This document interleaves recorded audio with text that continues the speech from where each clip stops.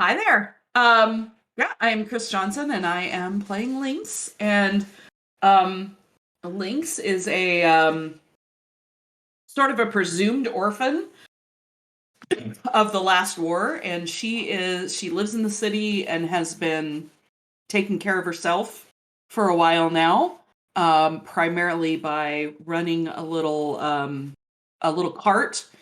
Um, God, I suddenly can't think of the name of it, but anyway, she runs people around the city in one of those little carts. So, yeah, it's been quite an adventure so far, and I'm looking forward to seeing where we're going from here.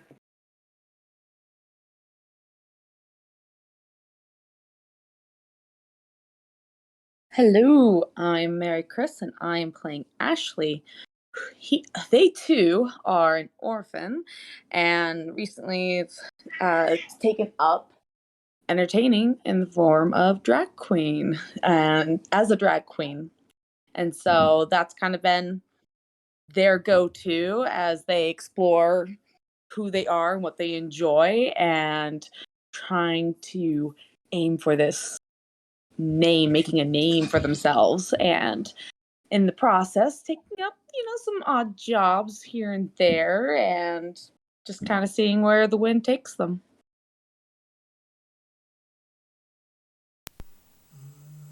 Okay. Now, sorry, I've got to set this. There we go. I think I think my OBS had done weird things, so perhaps you couldn't hear anything on the recording as far as I'm concerned. But you certainly heard my players, so they've introduced themselves. I'm Matt Nahat, and I've got one more player coming very soon. As they're getting back from work. So sorry about those few technical issues. I am glad that you could join us. We are playing in the name of Progress today, which is an Eberron game. And we're playing it in the Genesis system, which involves all sorts of cool symbols and not as many numbers. In fact, none. We are currently in Throneport. Throneport is uh, an island city. Let's see. Have I actually got? No. Why not? Why do I not have that? Okay. Yeah, it is an island city, or a city on an island rather, in the middle of Scion Sound, in Aberon, which is kind of like, excuse me, in the middle of the continent of Corvair. And our characters mostly are from here. That's also true for you, is it, Ashley? Or did you? I'm just trying to remember. I know Lynx is from here, and I know Lorenzo is from here. I feel like Ashley is new that they with their parents passing and whatnot, like they just kind of was able to make their way into this big city and kind of hence when they stumbled across the Skimble Shack, and just took this immediate liking and desire to be like, I want to perform. And Yeah. yeah. All right. Very good. So what I'll do, I should be able to put this over here. Yeah. There we go.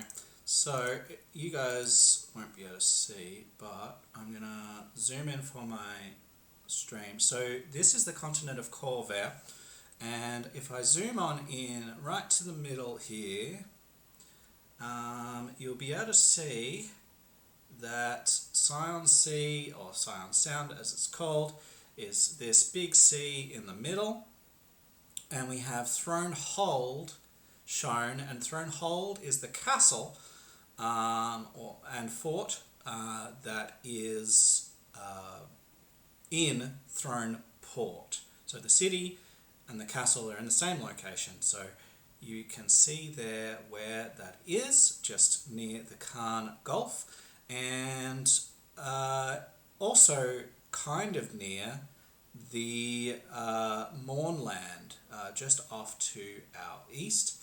I'll zoom back out here just so that you can see how small this little location is compared to everything else, but that is where we are. Very good. And we have been working for Rontaltain, face of the Council of Throneport, since we arrived. We've had all sorts of weird and wonderful things happen to our characters.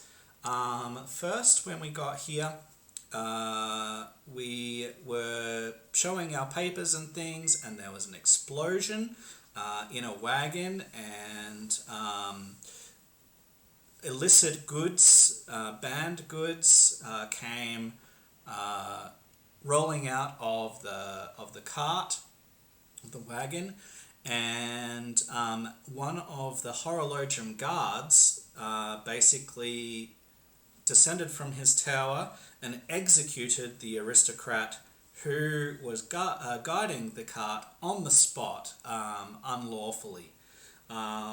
We went and reported this to Rontaltain after managing to get out of there, and he absolutely said that this was not lawful and that this man would be investigated.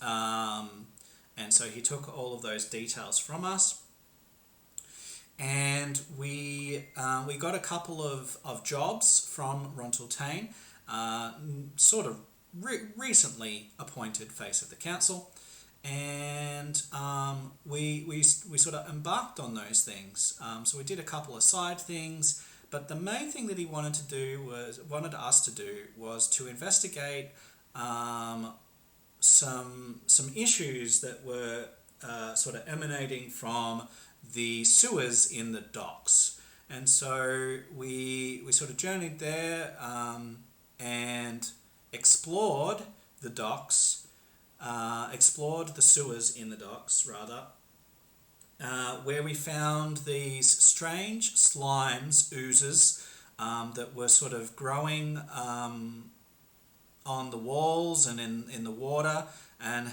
were apparently spreading towards the sea by the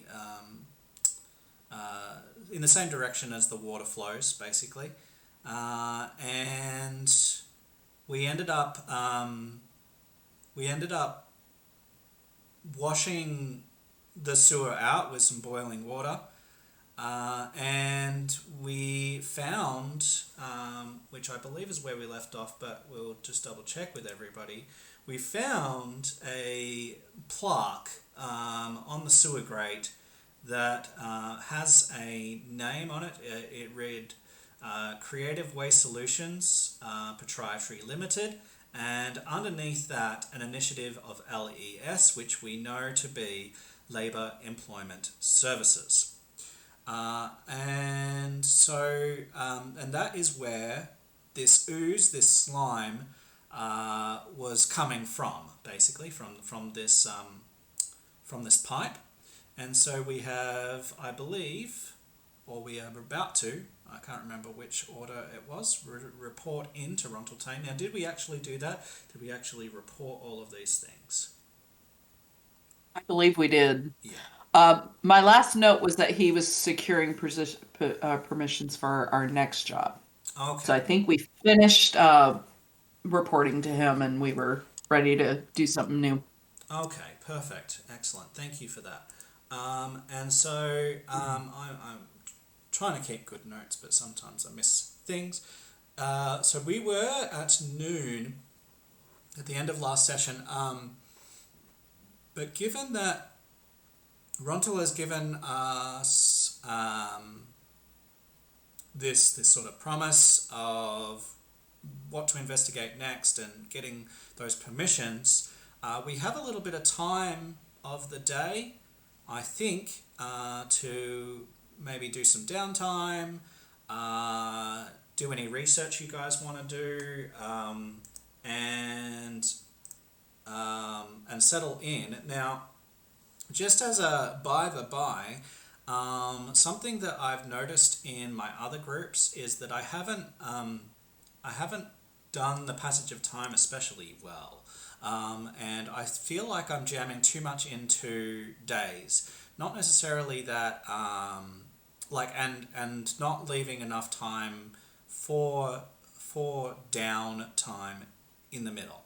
And one of the things that I've experienced in other games is like you start off as an adventurer, you're sort of green, and you all of a sudden, after living a relatively normal life, in very short amounts of time, like within a couple of days, you've like slain like hundreds of enemies, done all of these things, and it just seems really like full on as far as the time goes. And so one of the things that I wanted to do was spread it out a little bit. So you do have a little bit of time with Runtal promising that he will get some permissions for you. You do have some time to take a breather, and we can either just sort of click our fingers and fast forward through that to whenever he contacts us, or you can actually use that to role play, to earn money, do other things, even if they're just singular roles here and there. So I want to check in with you and see how we want to actually use that, and try and make sure that that sort of downtime happens a little bit better. We all okay with that? Yeah, that's great. All right. Yep. And welcome into our third and last player and character. So coming into the chat we have Lorenzo, who you can tell us a little bit about if you like. And hopefully you're all working. At the moment, I'm not hearing anything from you, so we'll wait for a minute while we sort out some of that.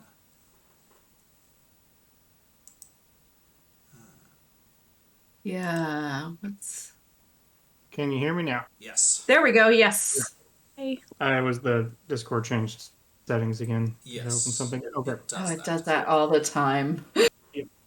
So, Lorenzo is uncharacteristic. Well, he smiles a lot anyway, but he's more chill than normal. He's not as proactive. He's not like out trying to scout people, talking to them. He's not initiating anything at the moment, which is unusual for him. He's just kind of laying back, relaxed. A bit of a, I wouldn't say a shit-eating grin, but like an accomplished look on his face.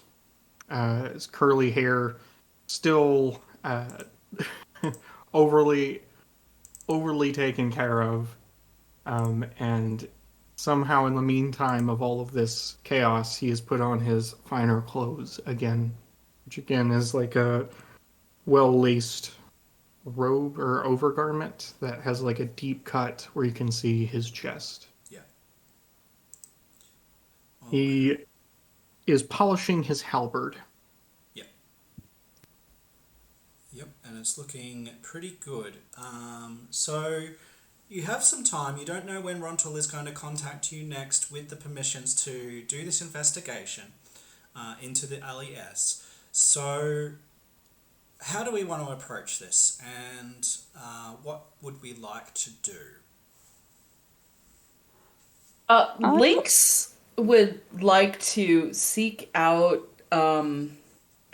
probably as we were leaving Rontal, she would have asked him, but she would like to seek out a little bit of help with her knife skills. Okay. We've been in trouble a couple times, and she's like, this isn't cutting it. Quite literally. Ashley will just chuckle at that. Be like, I could probably use some some help with in that area too. Okay. Okay, so the two of you are looking for a little bit of martial training, perhaps? Yes. Yeah. And Lorenzo's looking pretty relaxed. Is he... What sort of mood is he in, and is he looking to get anything done in this time, or... Well, when you say that, Lorenzo, now definitely having a shit-eating grin, um, takes out a knife from his pocket and like briskly throws it at your feet once we're like out near sand. This is for Oh. Link. Yes. Is that an offer? You said you needed some training. Oh my god. Yes, hey, Lorenzo, if this is your thing, I'm all for learning from you. She I mean, blushes a little yeah. as she says that, but she's like, yeah, I'm down for that. And I pick up your knife, and I kind of, feel the weight of it in my hand and, like, compare it to my knife and, kind of like, okay, this is interesting. And for a minute, I look like maybe I'm going to throw it back at you. And then I kind of catch myself like, probably not a good idea. And instead I walk up to you and I offer it to you, properly hand it to you. Where should we go? How do we begin? Well, near that alchemist shop, there was a park, yes. Oh yeah, that'd be great. We could find a thick enough underbrush to obscure view, to obfuscate view. That would suit. That sounds good. Ashley, you up for that? I'm down. And at least our show will be not so public. Goodness. Don't even know how god awful Yeah. gonna look. Yeah. not too excited about potentially having anybody laugh at me, that's for sure, but that's all right. Yeah, let's head there. That sounds All good. entertainment I'll do. All right. And I'll buy some beers afterwards. Ooh. Sounds wonderful. All right, so you head off then. Cold shiver. You'll head north from the brass ring where you're staying, and go through the checkpoint at the corner of sort of it's more like a T, I guess, or crossroad, where North Rampart Street meets the border and walls of Throneport. And then you'll head down Daroon Way on the other side of the road, which is, again, divided by a palisade wall. And so you'll sort of go down south through Falstead and past Dawnbreak and down into Fragan's Arch. And I guess the quickest way would be to sort of keeping on going down Daroon Way to Andrenia Road, and along there to Jarrah Garden. Now, the actual alchemist shop is just north of Westmarket, so if you wanted to actually go there to the park where the shop is, it would be sort of almost between the two districts. It's right on the border, so we can even bypass the garden if you like, but they are beautiful this time of year, and pretty much all times of year, being tended by the shifted druids, so it's a nice location for a stroll if you want to check that out. I would go through Jarrah Garden because why not? He's in a good mood. Yeah. Sounds like good. a nice place. Yeah, and we've been going all day, so seeing something just for the sake of seeing it is inviting. Sounds good. All right, so you take a bit of a stroll through Jarrah Garden on your way to the Westmarket Park, which is called Faith's Park with a Y instead of an I. So in Jarrah Garden,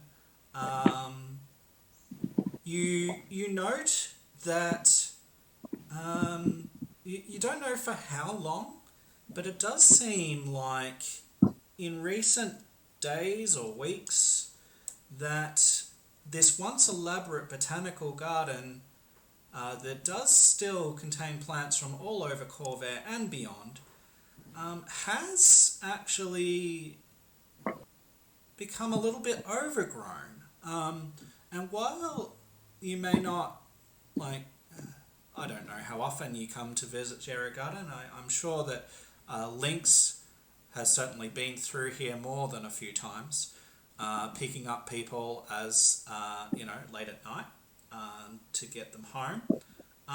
And I guess late at night you wouldn't necessarily recognise this as much, but yeah, you're just noticing that the grounds seem to be a bit overgrown and to such a point that it's almost not being particularly well maintained, which is a surprise to you, to those, especially those of you that live here in Throneport and might have been here before. And so it could be weeks since you were last here, and in that time, it has sort of diminished in maintenance. You can still tell that there are a number of modest homes around the park, and in the middle of the day, as it is now, you will see that there are some folk about. They are primarily shifters, but there are a couple of people who are not shifters who seem to be trying to tend to the gardens, or trying to revive it. So you see them, trying to chop some of this back and pick at weeds and things. And there seems to be too few of them to make really good inroads at this stage. But that's something that you notice as you walk your way through the gardens. That's not to say that it's not lovely here. It really is. It is quite an elaborate botanical garden, and as I said, there are many strange plants from all over the continent and even beyond the continent. You see many plants that you don't recognise even from other locales. But it is a bit overgrown and it is being tended to, but not what you would consider to be enough. Do one of the shifters that we walk past have like what looks like an autumn leaf in their hair? But isn't an autumn leaf?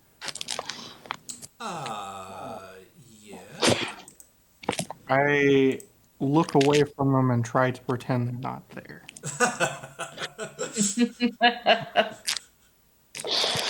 Huh. So there are two of these. Druids who do stand out to you, to the group, and to you as individuals. The first being the woman who has an autumn leaf in her hair currently, who it seems that it seems that Lorenzo is sort of ignoring. And then our second one that sort of stands out to you, to everybody. Wait till I get this. Okay. Is a young, timid oat-skin creature with dark wood glasses and purple eyes.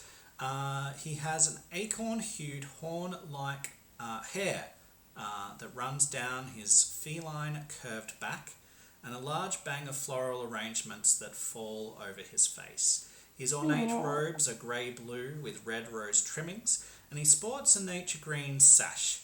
His furry chest is exposed, much like Lorenzo's, and upon it is a single leonine tattoo.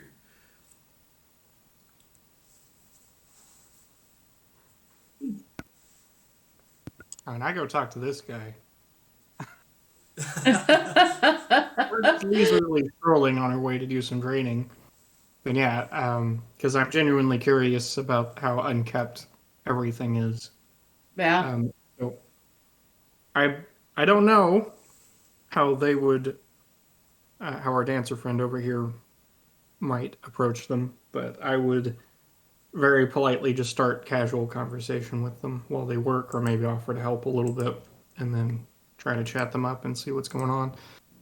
Yeah. Imagine if Lynx and Lorenzo have been making any comments about like the state of the garden, that they'd be very much like, yeah, I guess like this looks like it could have been something. Yeah. Lynx would absolutely just, tag along and like stick with the group, and she's curious for sure as well. Yeah. All right. So I think even as we approach the whole group, as we get like within a few feet of them, she'll say, "Hey, good evening. Nice night." It's day. I thought it was okay. Yeah. Anyway, nice afternoon. Yeah, yeah. All right. So So he seems to be working pretty hard. He's currently at a particular plant, which definitely stands out to you. The plant. It seems to you it's a type of flower, but it's not really like any that you've seen up to date. And it has a long green stem, and there are really quite large green leaves. They're very broad for the width of the stem, and they're quite heavy for the stem. And sort of capping all of this is sort of enclosed red petals that are sort of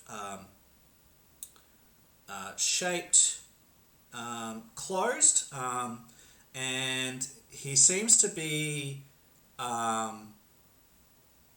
like putting some fertilizer in the planter.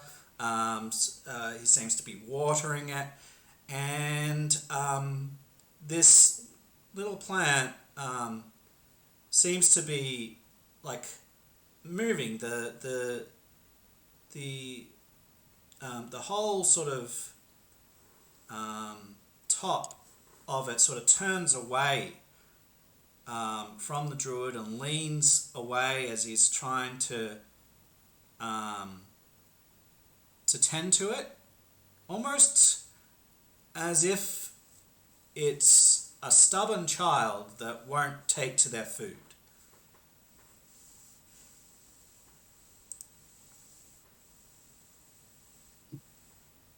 But he will respond to you as you come up and greet him. He adjusts his glasses. He looks up at you. He slightly stammers as he makes his introduction. And he says, hello. Pleasure to meet your acquaintance. I am Grelboyne Seymour. And I am... And he says this almost like a question, which seems a little bit odd to you. But he says, I am the Minister of Circle Affairs? Almost. Can you sound any more unsure about yourself? He adjusts his glasses again. I mean, not to be rude, just it's you. Hi. He says, "Hello. We're nice. It. Yes, I probably can, and I." And he sort of coughs and he turns away from his plant, trying to pay more attention to you. He says, yes, so, what brings you to Jarrah Garden, and how may I help you? And this is almost a professional veneer that has slipped over his nervous self.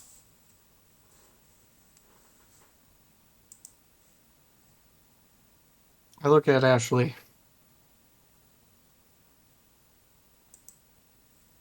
To be like, you. Why don't, why don't you warm him up? We're just. I think Lynx will just hop in. She's like, we're just heading through the park and on our way to hang out. And we just, saw you here. Thought we'd say hello. Is it a new position for you? Is this? He says, yes, in a way. See, the Minister of Circle Affairs, is bought in if you have recently cultivated a new species of plant, which I have, this one. And he moves aside so that Why you do can you see. sound so scripted? Ashley will ask. Like, Scripted, is there he someone watching? says? Are you okay? Are you in trouble? Do you need help? Yeah, so he is going to, I think, why don't you, I think he needs to make a cool check. Because... I like it. Yeah, so alright, I am going to have him make a cool check. Oh, cool. So, what this represents is how smoothly he can sort of smooth this over with you, and seem like he's, doing okay. Now, may I ask you, now, I need to just double check this. What is, I need to just see, sorry. We need to go into this sheet just so that I can check all of the skills and make sure that I've got the right numbers in. Alright, so what do we got? I don't think... Is this against vigilance, Chris? A cool check? Or is that just straight... Whoa, that's lots of noises. Oh my god. Somebody's getting ice. Yeah. Sorry. Yeah, I think, it would be against vigilance because that's your passive perception-ish thing. Okay. So, Ashley's vigilance, we will just quickly check that. Good. So he'll make it against that. And I do need to reset this. So I didn't do that earlier, so I've just reset that and I'll force a player update. Actually, no, it needs to be 3 for you. Force player update. 1 for me. And he's going to make this check. He has been put on the spot. I'm going to give him a black setback. Poor guy. He still succeeds. Alright. So, in this case, he will say, I'm not scripted at all. I guess I'm new to this, he says. And you caught me unexpectedly, he says, I've been tending my plant, and because I was put into this, made into this Minister of Affairs by tending this plant, I need to make sure that it, that it flourishes. And yes, as you can see around you, we don't really there's not enough of us at the moment. I'm hoping to change that, and try and bring some more druids in, but at the moment we're just struggling with the load. There was a good many of us that sort of moved on from Throne Port just a few weeks ago, and we've been struggling ever since. Why did they move on, if you don't mind me asking? He says, I believe, and I'm not entirely sure because, they weren't exactly candid with me, as I was not in this position at that time, and so I only really heard tell of it, but it is my understanding that they wanted to go and see Oelian. Do I need to do like a local knowledge for that? No, basically there'll be a blank look, right, on your face. And he goes, oh, Okay. he's one of the top druids in the Eldane Reaches. He's actually an awakened tree. An awakened tree? Awakened tree? Right. Yeah, he's been around for, as long as a tree. Wow. His roots are long and thick. Okay. Well, I guess that explains why things look a little more overgrown than usual. But that flower's sure interesting. Oh, yes, I'm just trying to feed it. It's very stubborn, this one. Very unusual. But perhaps, are any of you skilled in botany? No. I just stop to smell roses. I don't grow them. Oh, they are very pretty this time of year, he says.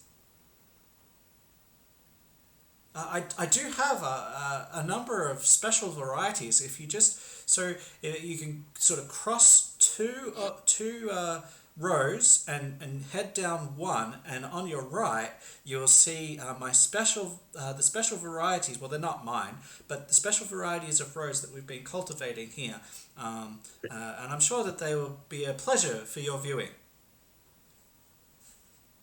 And sorry, go ahead. That does sound nice, but forgive me if it sounds a bit strange if they would go just to see a druid. Just out of nowhere. Are you sure there is nothing that scared them off? Again, I'm not partisan to the whole reason. I was not in this position earlier. I was just a mere druid. So it is possible that there was more. I don't know.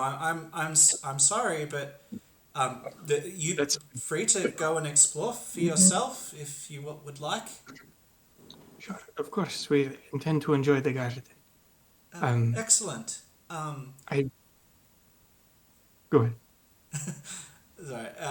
So yeah, when you say you're going to enjoy the garden, he sort of turns again, and again he shows off his plant. He seems very proud of it, and as he does, there's a very strange and quite loud sound that is coming along Daroon Way. It is coming from the south towards the north, and it sounds like some sort of very loud engine or motor,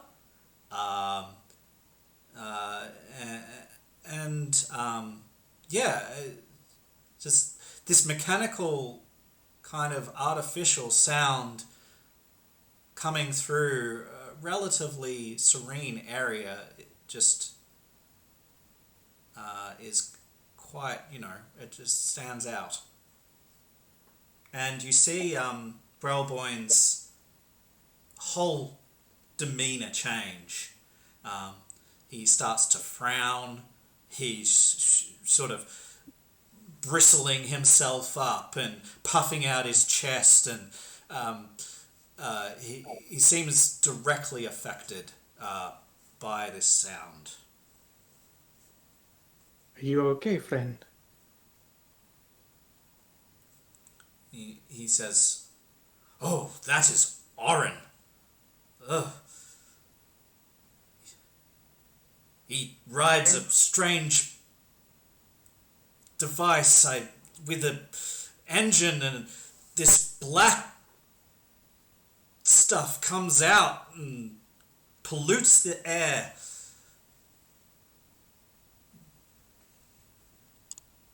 That can't be good for the garden. I guess I see why that would make you uncomfortable. Yeah, he says, I will need to go and tell him to go away again.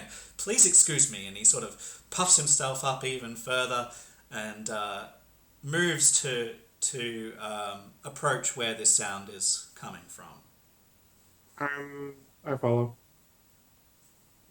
Ashley would give side eye, and as Lorenzo goes, I'd probably just kind of meander behind in that general direction.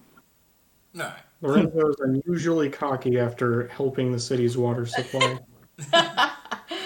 Lynx will linger just a second and turn to one of his companions that are right there and just say, "Sorry, we can't really help, but hey, if we meet anybody who's into gardening, we'll send them your way." Awesome. And then she'll run to catch up, or whatever, walk quickly to catch up.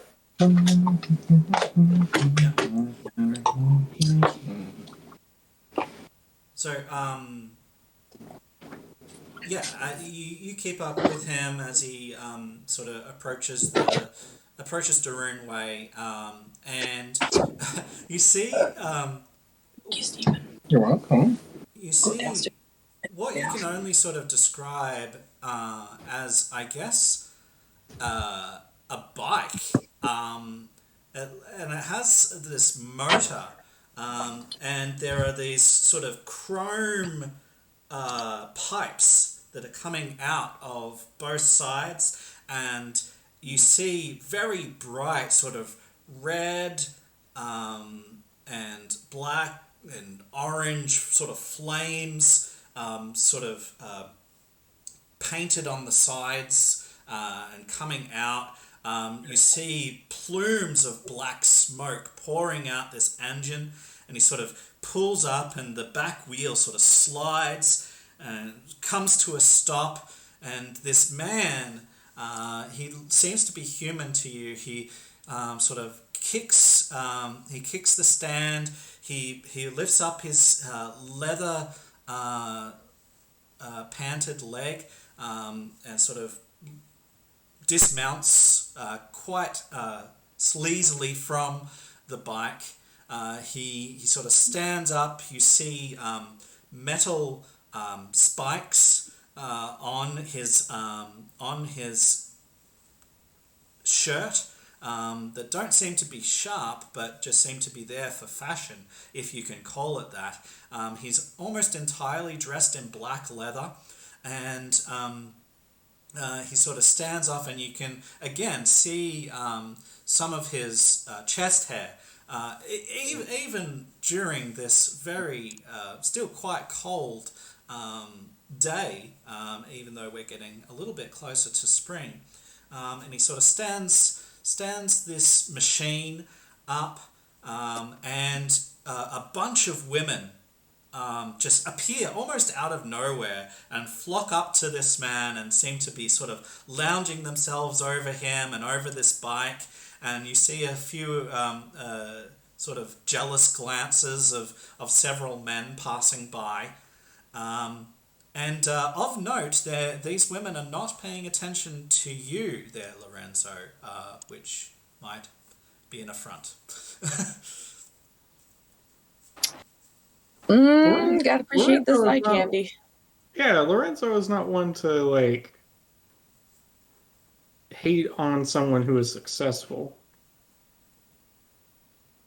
Although, Lorenzo is definitely affronted by the smell coming out of this spot, probably more than anything else.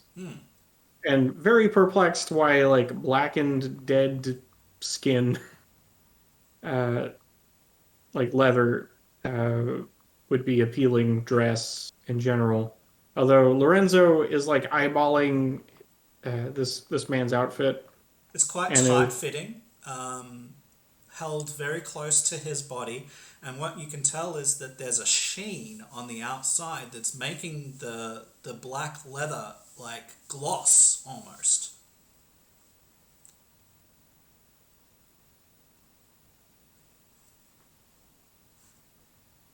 Lorenzo just has like an affirming, like impressed nod at like the deep cut chest window Yeah. that he approves of and the tight fitting clothes. But there's still something amiss about this person that he doesn't quite like. Although since he's surrounded currently, it would be hard to talk to him, so he wouldn't just approach. Yeah. At this point, he's just waiting to see how our druid friend actually handles the situation. Yeah, so Seymour will, or Grellboy and Seymour will approach this man.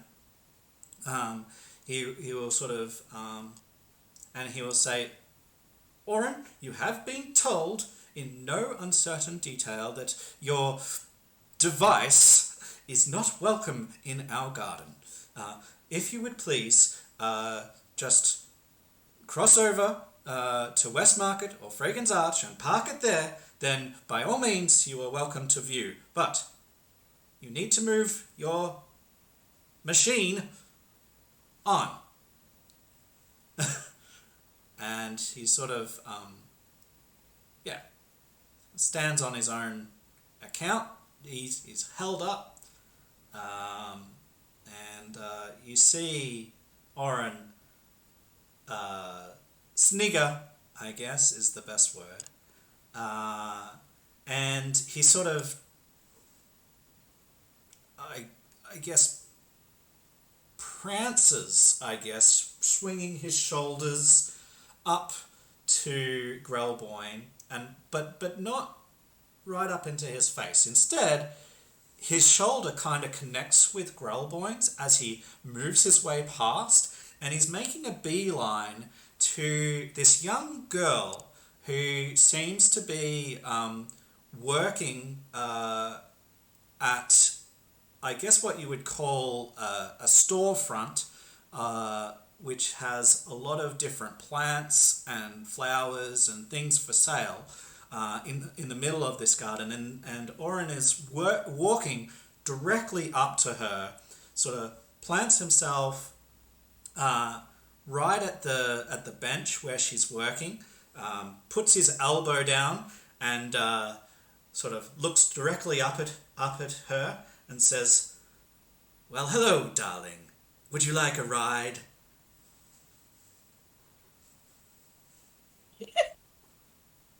Lorenzo, like, his face just winces. The cringe is the only way of expressing that. Like, his brow is just very furrowed, very down. You can barely see his eyes. His nose is upturned.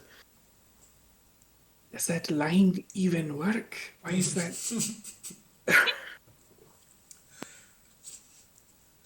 Yep. I mean, I never thought about using my rickshaw as a opening. I can't imagine. Yep. But the reason why the rickshaw works is because it is like it's a special occasion. It is the atmosphere. What Somehow. is what is I got your guess is good as mine, Lorenzo.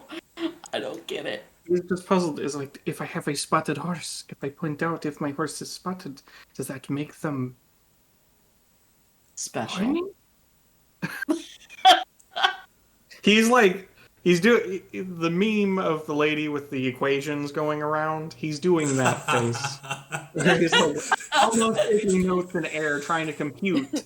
Yeah. Like Link, at first he Link's was like going to take notes of this man because maybe there's something he could learn, and then now he is just confused, Right. completely confused. and As Lynx is looking at the women's reaction to this guy with just as much like confusion as Lorenzo is at the guy.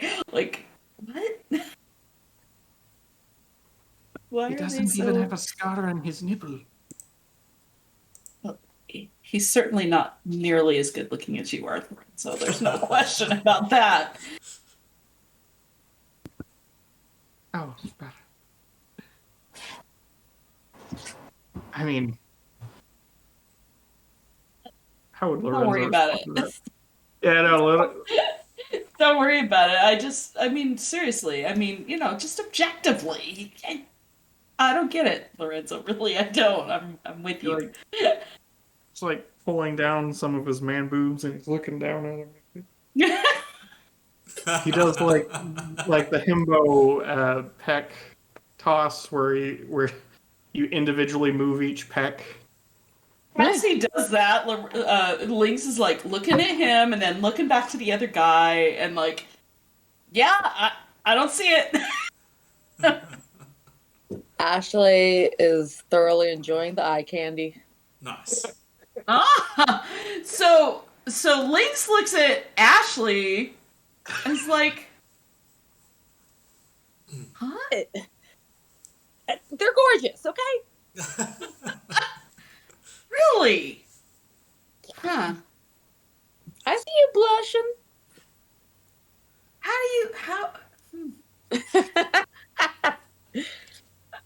And so nervously, the woman, the girl, by the looks of her, she might be somewhere between 17 and 19.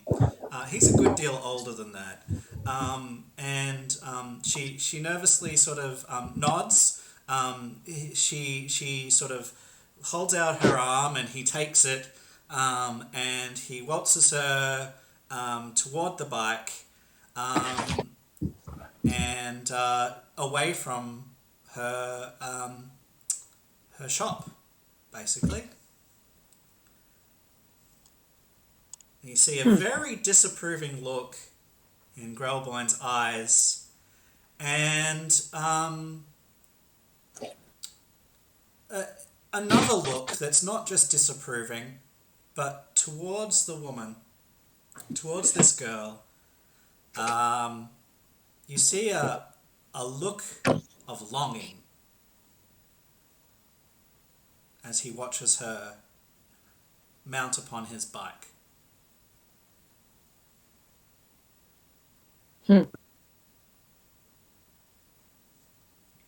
As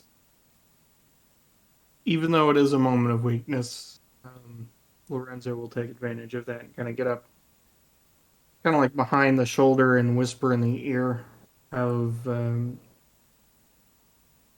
our druid friend here. Okay. I'm going to say, I know this is not the time, but is he the reason you can't keep druids? He looks at you, and there's two things that flash through his eyes. One, realization, and two, doubt. And he says, "Oh, it better not be." And you see fire.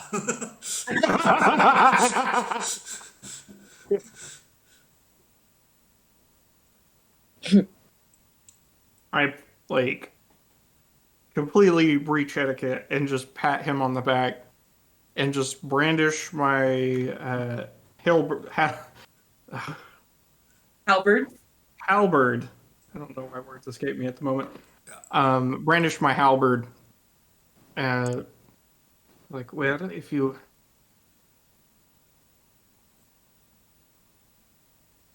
if he causes trouble, I'll be here to back you up.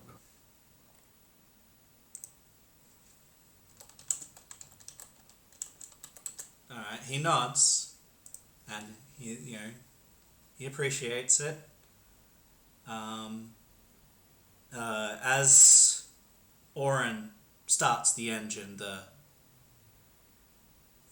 same black smoke pours out these pipes.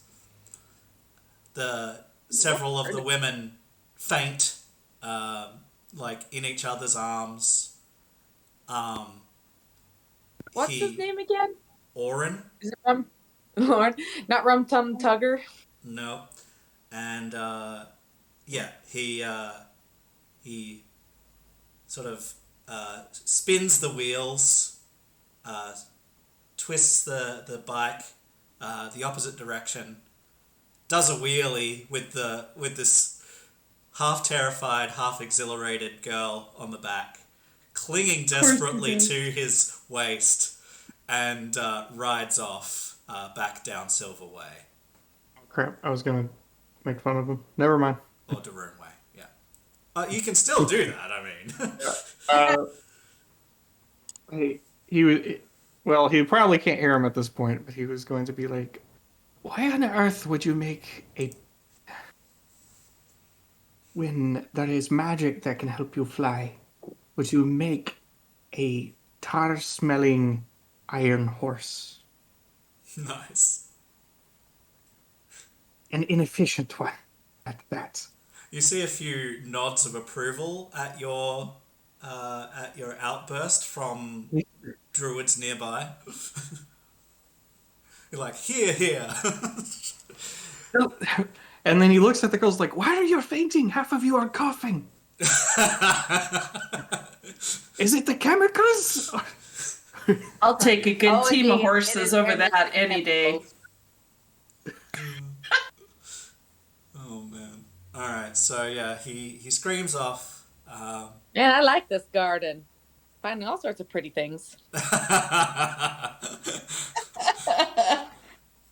Ashley, please help me understand. What is the appeal here? Um. That I didn't have. What is... I don't. Oh, honey, come on. I can't really say what it is that he has that you don't. Like, think of flowers. There's a variety of them, and all of them have their own beauty. And so, apparently, a lot of these ladies like that kind of flower. A man who spends... I guess that's a good point. Oh, go ahead. I just said, I guess that's a good point. Yes, but like someone obsessed with a tar-smelling horse. It doesn't make sense. I didn't say that, okay? Everyone... Look, I'll take a good team of horses over that any day. He's not even brave enough to ride it outside the walls. He is here choking people, and he points at one of the girls coughing.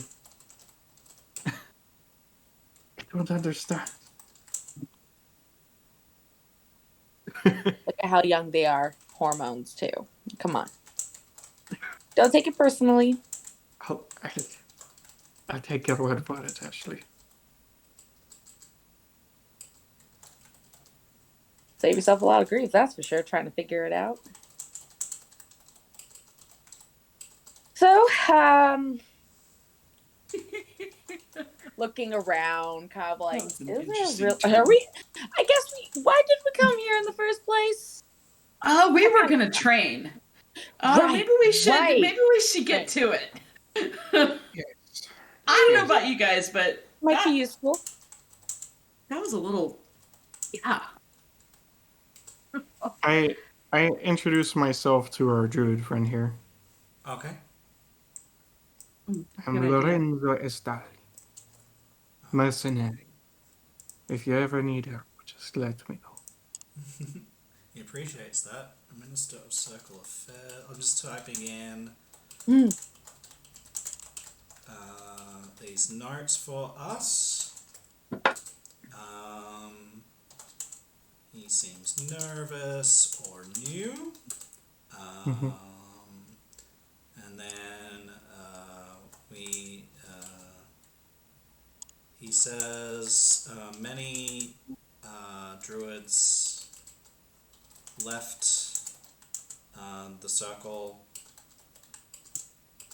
a few weeks ago, which is why the gardens have fallen into disrepair. And then a human male named Oren came in riding some sort of motorized bike. Tar smelling horse. What's that? Tar Iron smelling horse. horse. Yeah. That's a good description. Yes, it is. He seemed quite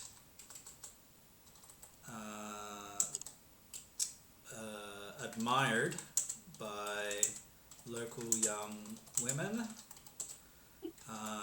He swept a young girl who was tending the garden shop off her feet and onto the bike for a ride.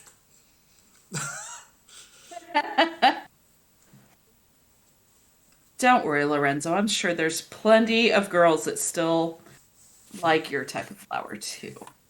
Well, it's also the fact is I don't know how well.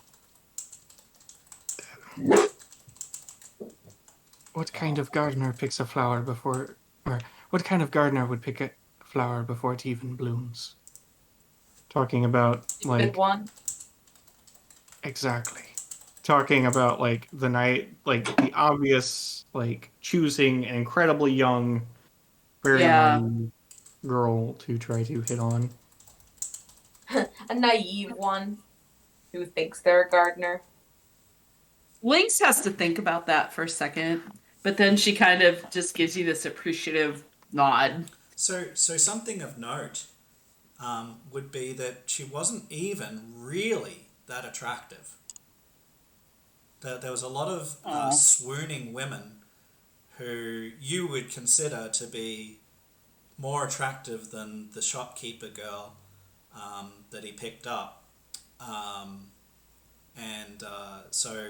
It's even more of a point. I've seen weirder. With that thought, Lynx pays attention for a minute to what shop it is.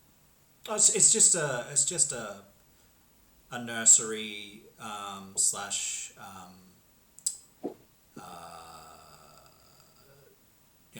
plant and flower shop. Okay.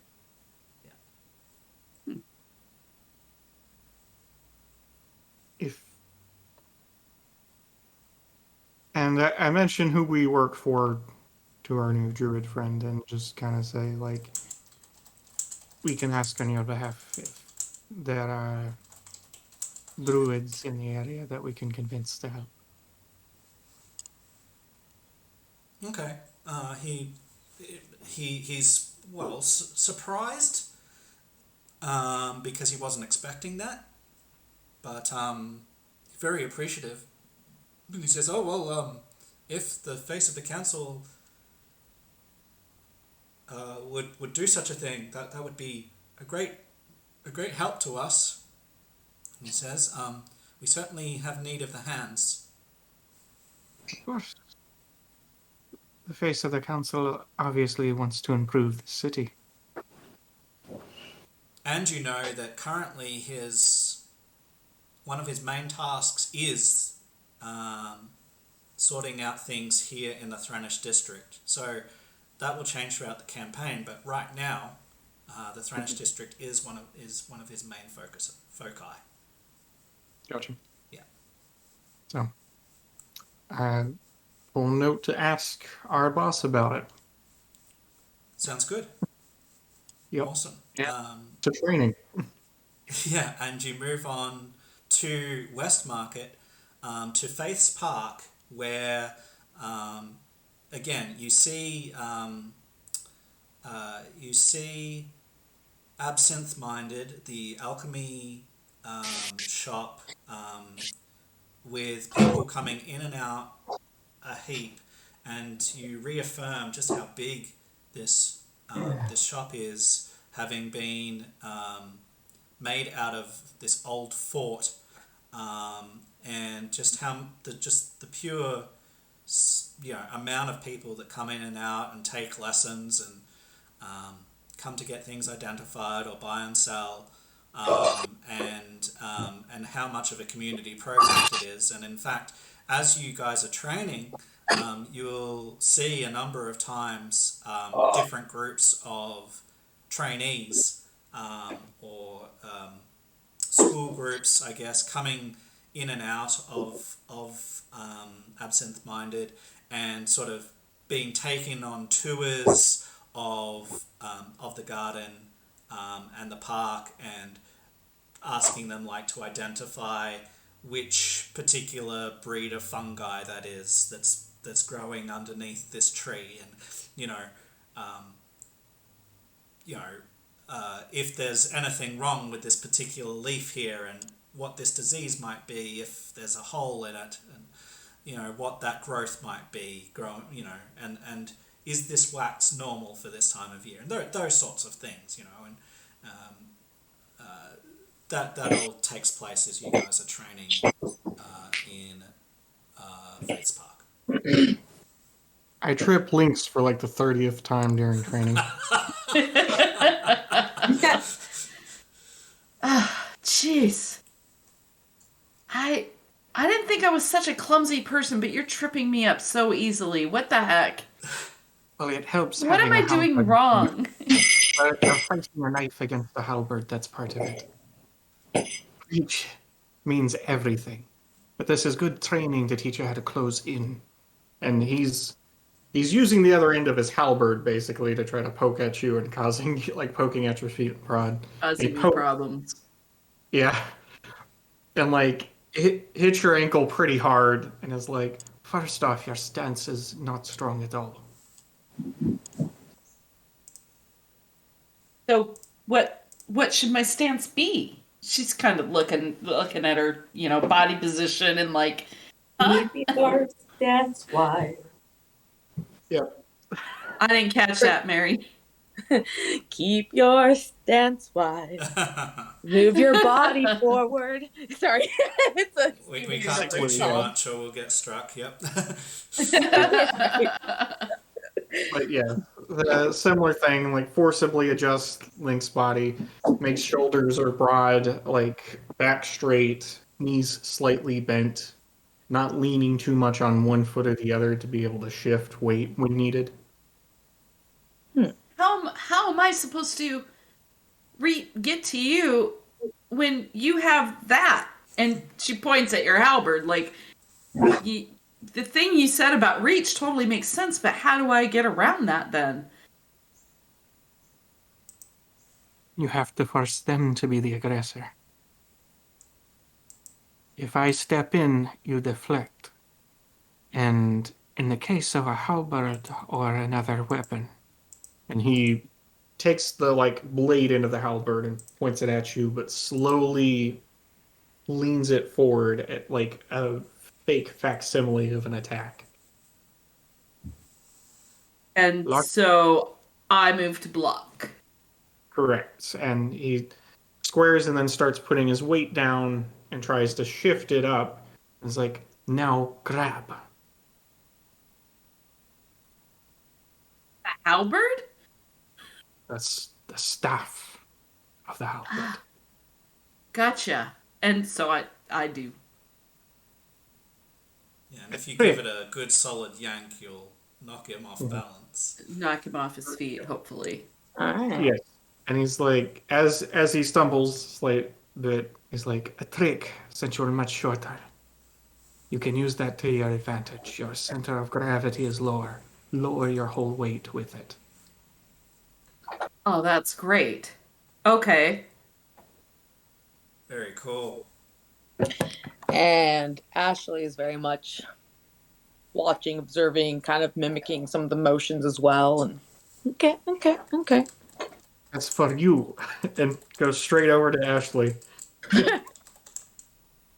And notice that, like, your back, as he, like, causes you to stumble toward a tree.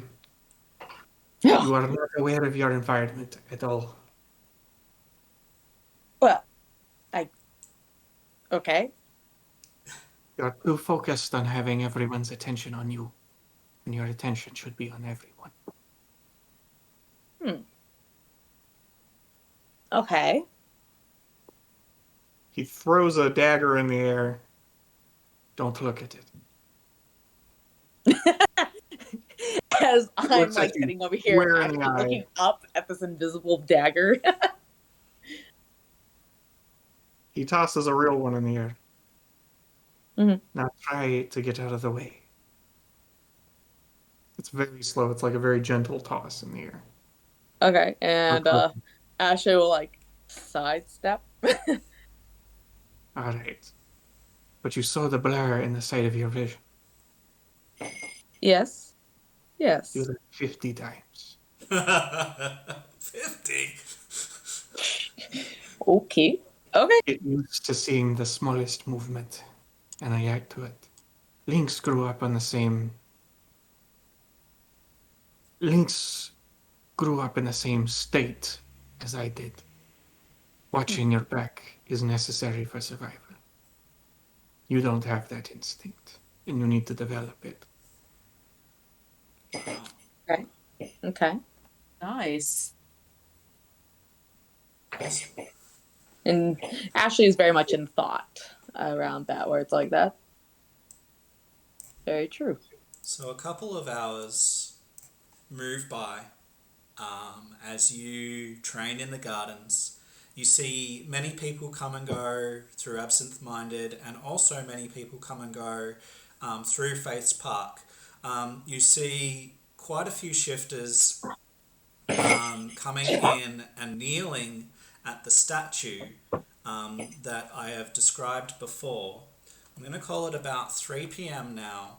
And let's actually go back real quick here to this statue, just so that, I'm being 100% above board with you, and that you fully know exactly what I'm talking about. And so, where am I? Over here.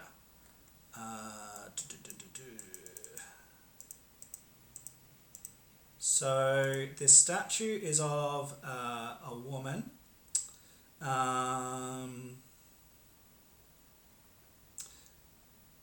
She's an older woman. She's dressed in a draped bodice with a straight skirt and a delicate chain belt with small teardrop pendants, reminiscent of simple Grecian style. And she wears strapped heels and split-tiered sleeves with a chain link pattern at the top, as well as elaborate necklace and earrings. And so she's just a statue. She's made completely of stone and uncoloured, so it's a sort of a greyish stone, tending towards white, but certainly not completely. But it sort of stands out in the little bit of sun that is starting to peep through the clouds at this point towards the end of the afternoon, or coming towards the end of the afternoon.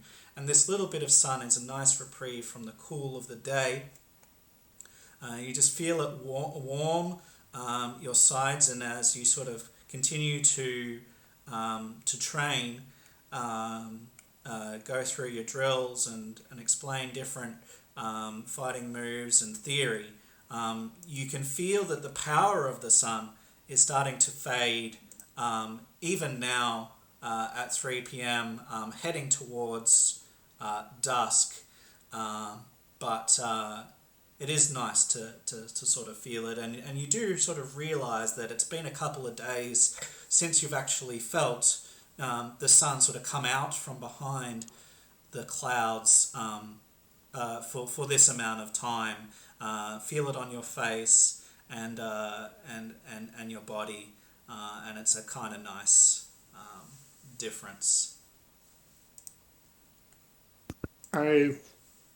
Once the shifters are done, I walk over to them, flirt with them, and then also ask about its significance to them. The statue. Right. Right. Cool. Would you Mostly. mind then?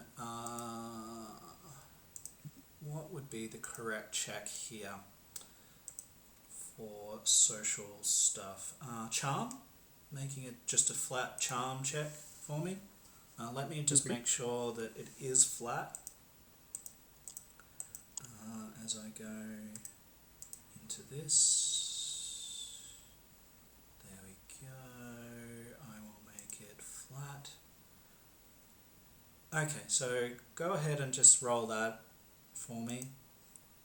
Okay. So if you've got no opposition at this point, I just want to see. Well, okay. So just my charm skill. Yeah. Okay. Okay. Yeah. Cool.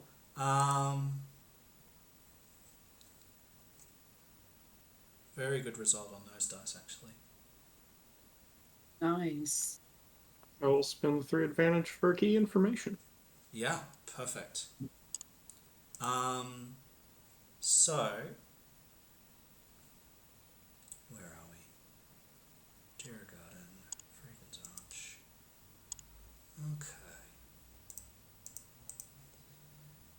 So sorry, going back to my notes here.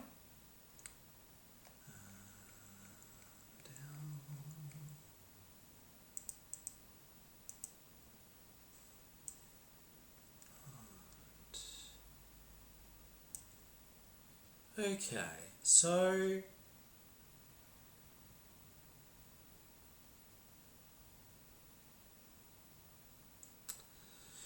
they tell of a woman who is of 2 descents, mixed blood. That she had the blood of shifters as well as of elves. And you notice now that her ears are very slightly pointed.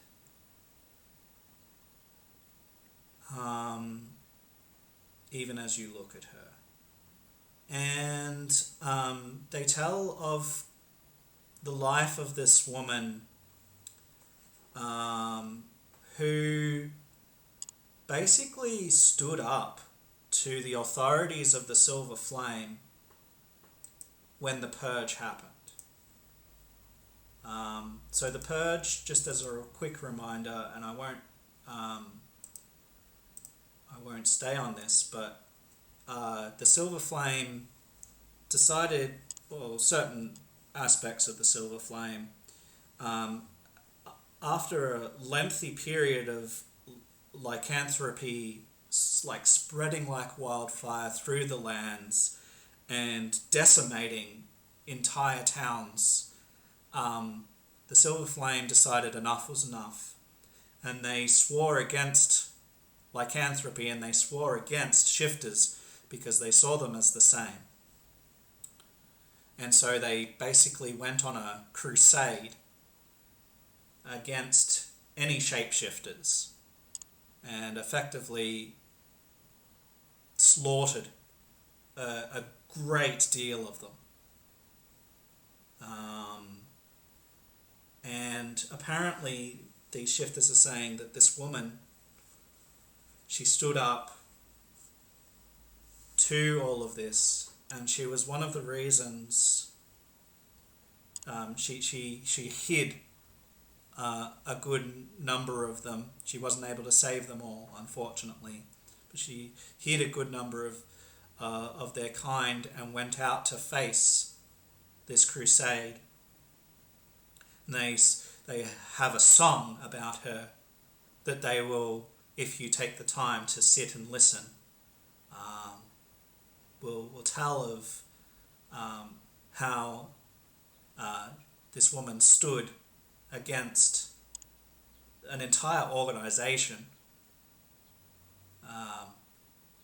by herself, and who got slaughtered amongst them, but who managed to, by her efforts, save a number of their kind from a similar fate. And they tell that of a great hope that they are yet to realize, that apparently there was a child of hers that survived, but even to this day they've either not been able to find them, or these reports have been unsubstantiated, and they hope that they can find this child one day and maybe repay some of the debt that they feel towards this woman to whoever this child is, even though it's been more than a handful of years since then.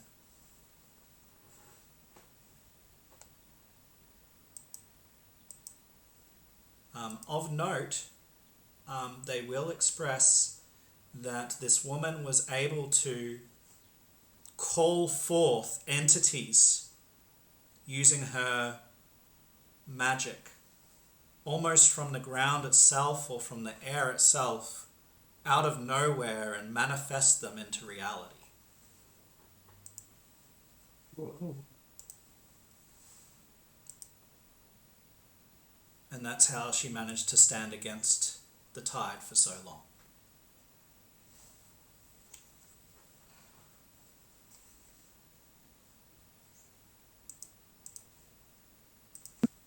So, seeing them come in and out of the absent-minded, hearing this, he will give a sincere comment on reverence, and then probably still attempt to flirt, probably to much failure after that. But in this whole process, he will reveal that he is Korovar, saying that he kind of relates at least a little bit to the, or that it's nice to see someone who is mixed getting to do something that great. And he will, in the back of his mind, form an idea of how to help the situation with the park. Mm-hmm. At least the beginning of one is starting to. And then afterwards, he will go back and check on the other two and make sure that they're not completely sweating and or being cut to pieces by a dagger in Ashley's case.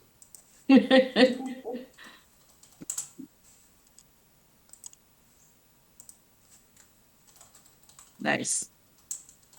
I think when he returns to us, Lynx is probably taken a break and is getting, some water and stuff. And kind of has, we probably continued for a while, and then she's like hit the grass. She's just kind of, Oh, wow, that's a lot to take in. I don't know, Ashley. I think I'm done for today. no kidding.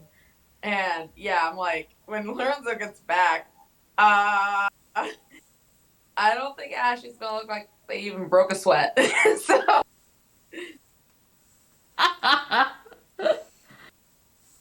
Cool. Oh my god. All right. But I can promise you that Ashley took all your advice to heart.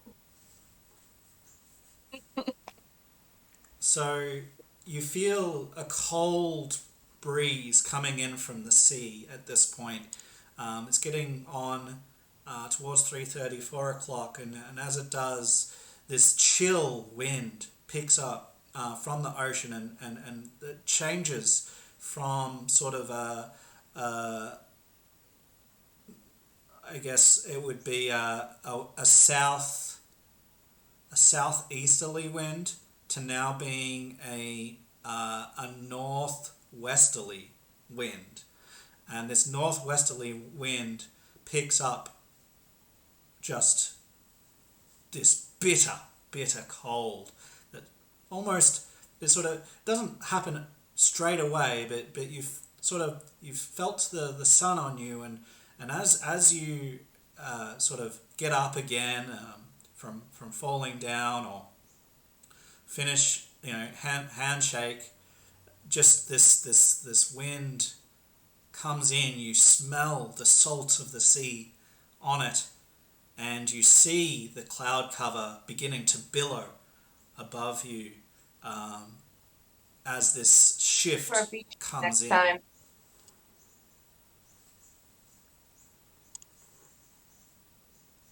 What's that? For a beach day next time. Yeah, and so the clouds are even growing and thickening as you sort of pack yourselves up and decide on what's next for your day.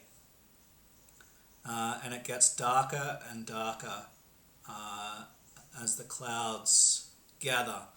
And even as you make your way back towards the inn, assuming that's where you want to go, a fog begins to roll in along the streets of Throneport, billowing into the streets and shading it in streaks of darkness and bitter cold. Wow, I think we'd better get inside, guys. It kind of feels like a storm's coming. Storms are brewing. Okay. And Lorenzo is a friend.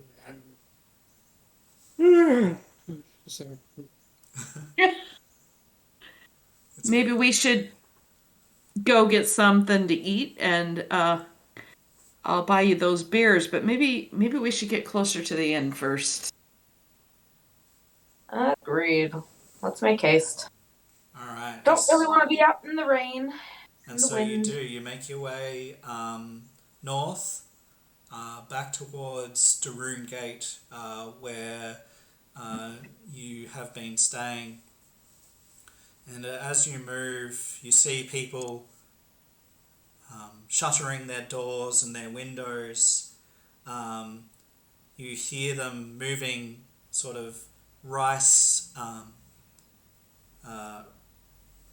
rice-filled bags against their doors and windows and any openings that they might have, and it feels almost like second nature to them in their preparations for this. And as you move, you start to hear the sound of battering, this wind battering the eaves and the windows that have not been fully secured. You hear wood against wood as it clatters and clamours, and you feel the mist almost clinging to your feet as you make your way towards the inn. And as you step inside the doors, a sudden gust of wind almost knocks you off your feet. It blows several of the chairs of the inn over before you manage to close the doors again against the weather outside. And you see several of the patrons stand and start to walk towards the windows of the inn and start to lock them from the inside, pulling long wooden sort of interlocking devices through and making sure it is secure. And even as you sort of take your seats ready for a meal tonight, you hear a moaning and a whistle of the wind as it starts to strengthen outside and batter against the walls, and you can almost feel this whole like room shifting. It's not, but it feels that way. Just how strong this wind is against the walls.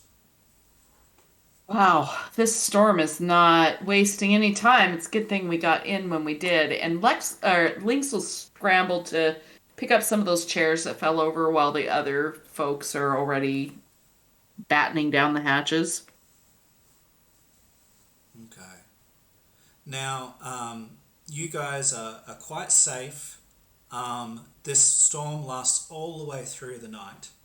In fact, it might keep you awake some of it, but you manage to sleep or at least rest in your beds, even through the howling of the winds outside, and it lasts all night, and it lasts all day the next day, and you see, gazing out little cracks, that a snow is beginning to pile out the front. And what season? What's that? And what season are we in? We're just about to get to spring. It is. Okay. It is only a couple of days away. Sounds a little too familiar. Would this snow seem unusual or about on par for this time of year? Oh, it seems unusual to you. Alright. But to those that have been in Throneport for a while, you've experienced these, not necessarily quite this late, but you've certainly experienced shifts like this, and you remember winter a couple of years ago, maybe during your teenage years, when a shift like this, it lasted 3 entire weeks. Wow. And This by was then, fun. basically all of Throneport was covered in this blanket of white.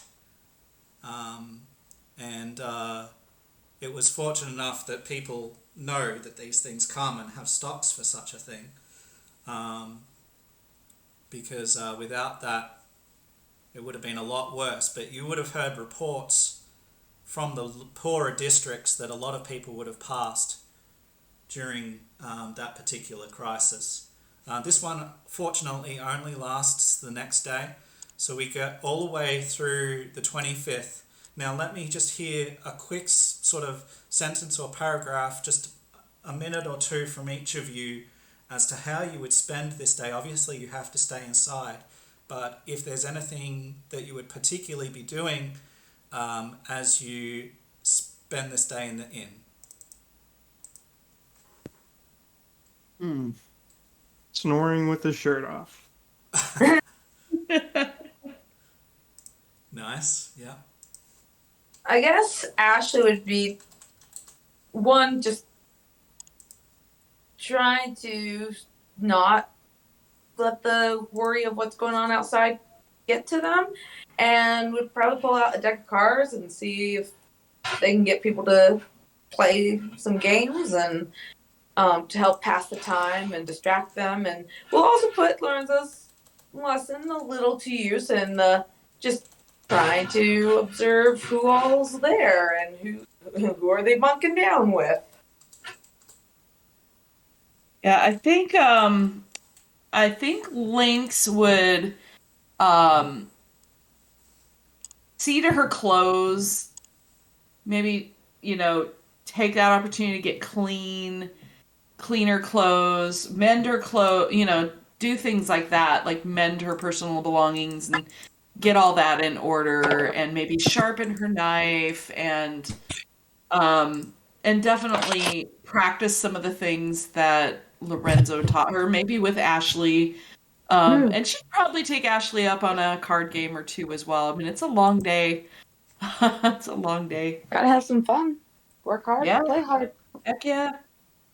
All right. Well, you guys do that. You spend your day, and during this next night, the Wednesday night, you notice that the howling of the wind dies down, even as you sleep or rest, and finally you're able to get a much better sleep as the sounds and the feelings die down. And when you wake the next morning, the sun is shining yet again, and even brighter through your window, and you hear the sound of cracking ice on the window as it starts to melt away. And you look out your window, and despite it still being like covered in that sort of translucent white almost that you get with a frost, you look out and you see that for at least several hours people have been shoveling away at the snow outside, and have managed to make some pathways where there are roads, albeit that a lot of the snow is still just being piled up on either side of the roads themselves, and it's still not perfect, but they've made leeway or headway on it, and people are actually able to walk, albeit quite carefully, down there.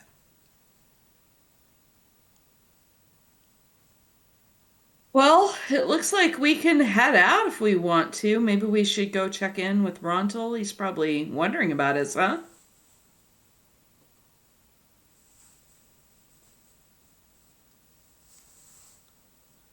Yeah, I mean, it sounds good.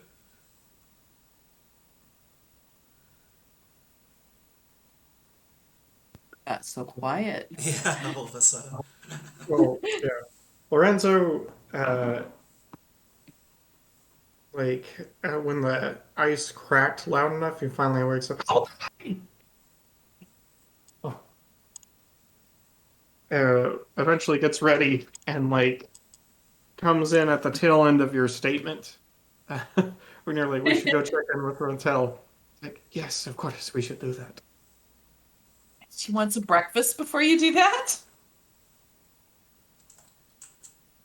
Lynx is always happy to have food when she can, because sometimes when she's working, there's just no time to stop. So, Yeah, sure. Yes, that is a good idea. Breakfast then Rontel. Got it. let's hit that bakery up the street.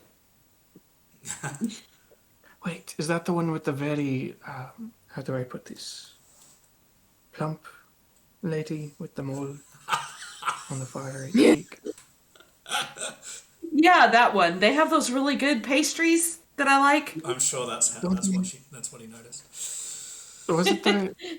Isn't there another bakery like near it? Can we go to that bakery instead? Sure, whatever you want.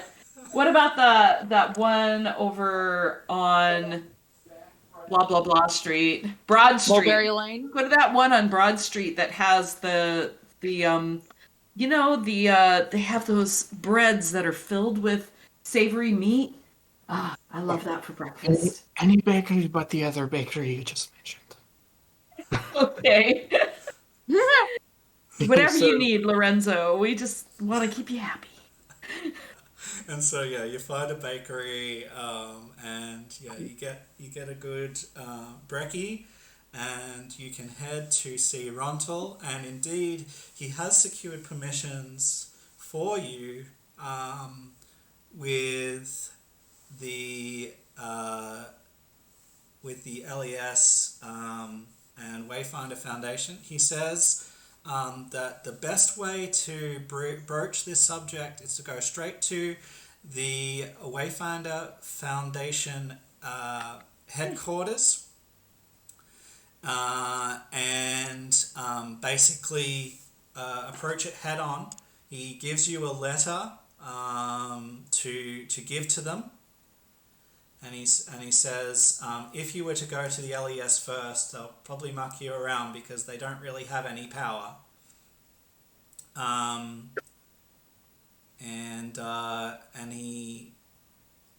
he says if you just go straight to the Wayfinder Foundation and give them this paperwork, hopefully that should be sufficient.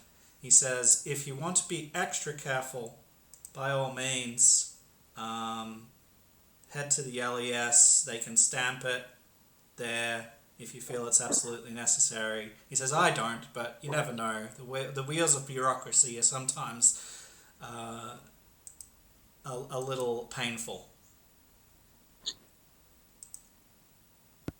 Did not Sometimes. realize paperwork had wheels.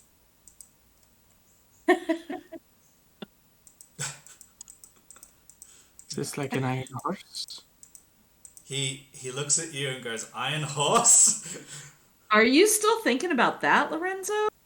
Is that wheels? What paper has wheels? I'm sorry. Tar smelling aside. Personally. Mr. Runter, sir. And he sets up proper, like, assumes, like, a military, like, private position, right? Like, he's in front of a superior officer, and he asks, he mentions the need for the gardens, and if he knew of or could put a word out for any druids that could be convinced, recruited, hired, etc., or if he had any advice on doing such to improve the state of the gardens. Angera Garden, and see if he knows any druids who may be able to assist. Alright, so he says he appreciates the heads up, and he says he hadn't heard about that. He's been dealing with some political affairs in the Thrannish underbelly, and he says that is important, and it probably would have been brought up to my attention sooner or later. So he appreciates the heads up now. He says he doesn't really, like, right now, he doesn't know of any other druids close by other than the ones that are in the garden. But he does say that he will, like, put his feelers out and see what he can come up with. Right. And yeah, he'll get onto that. He promises to look into that, but at this stage only knows the druids that are stationed in the garden itself. Cool. Yeah, so he gives you this letter, and it is up to you now. He has said, according to him, you should be okay to go straight to the Wayfinder Foundation headquarters. However, he says if you wanted to be doubly sure, you could go to LES first. They are in the same district. It is okay. So it is up to you. What do you guys think?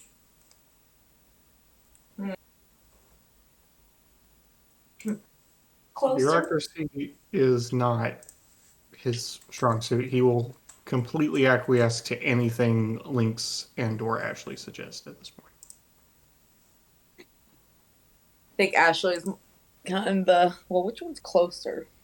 So I'll show you. Haven Point in the Onderan Zone is where we're going, which is down here in the Yellow District. Mm-hmm. Okay.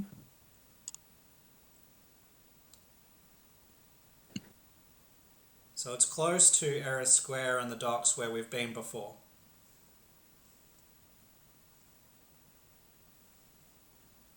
And it's a nice day. The sun is shining. I mean, I'm game to just head there. I mean, the walk will be nice. We can get out. We were cooped up all day yesterday. I mean, what can it hurt?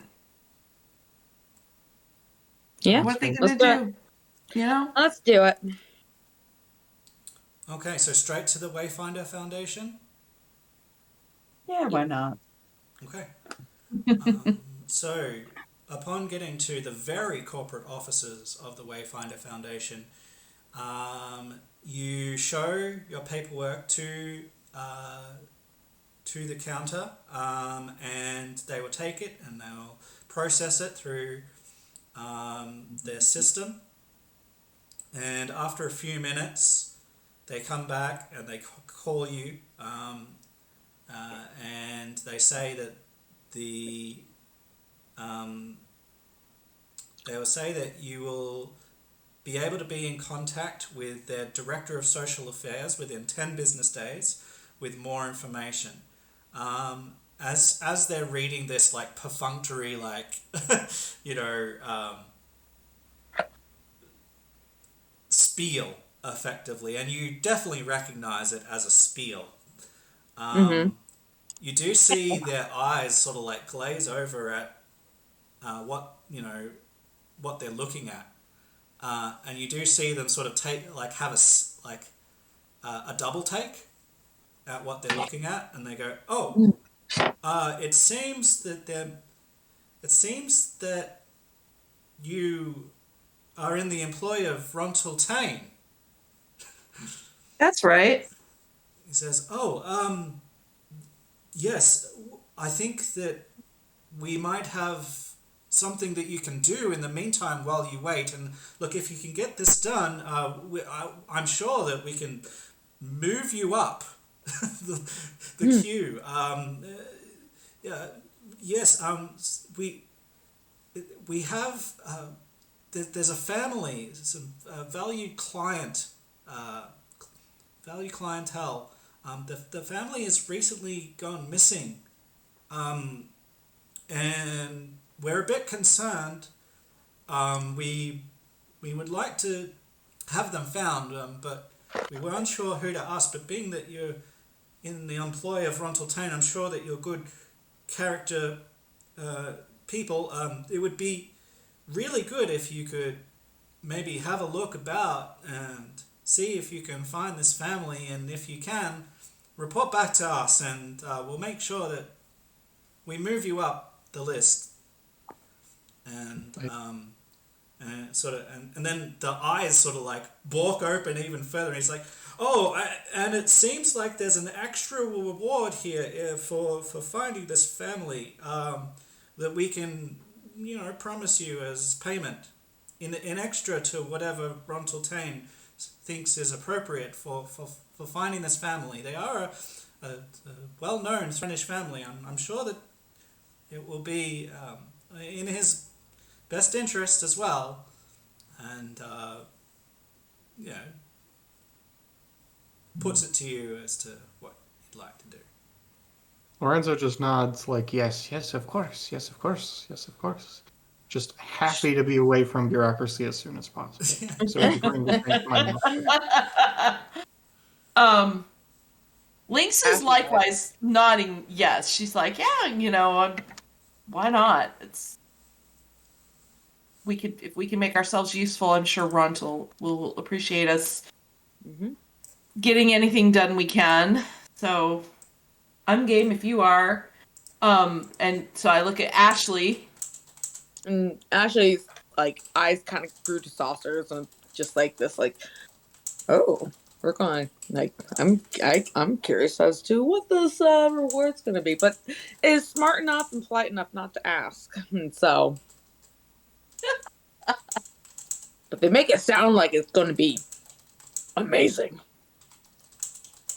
The job of finding a missing Thrannish family who are valued customers with a promised extra reward if we are successful, and we agree. Alright, so they sort of go through some files.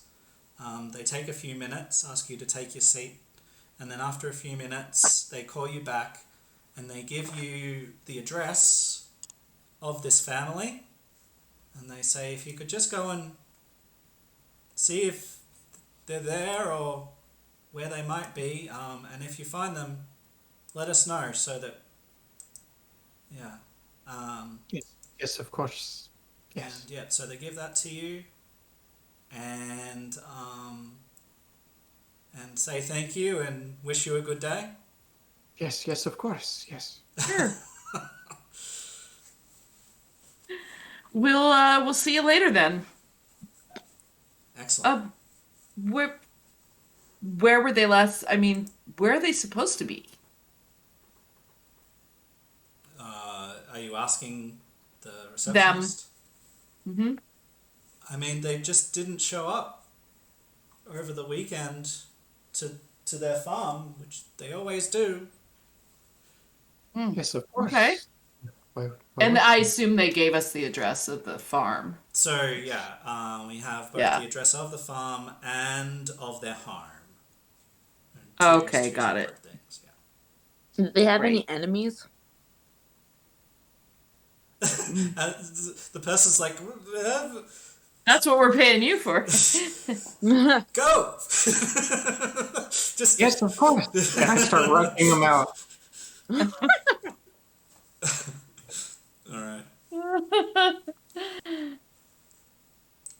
And so you can head. You can head back into the Thrannish district again from Haven Point, back into the Thrannish district, where this family apparently lives. Did you hear all the words they used? Words I never knew existed. Words. So much dead trees everywhere. Okay. Yes. This, and he stares at the paper. What is this address? And he gives it the links. Okay. So Lynx will look at the address and figure out how to get there. Yeah. Okay, I'm just looking through this. Alright, so...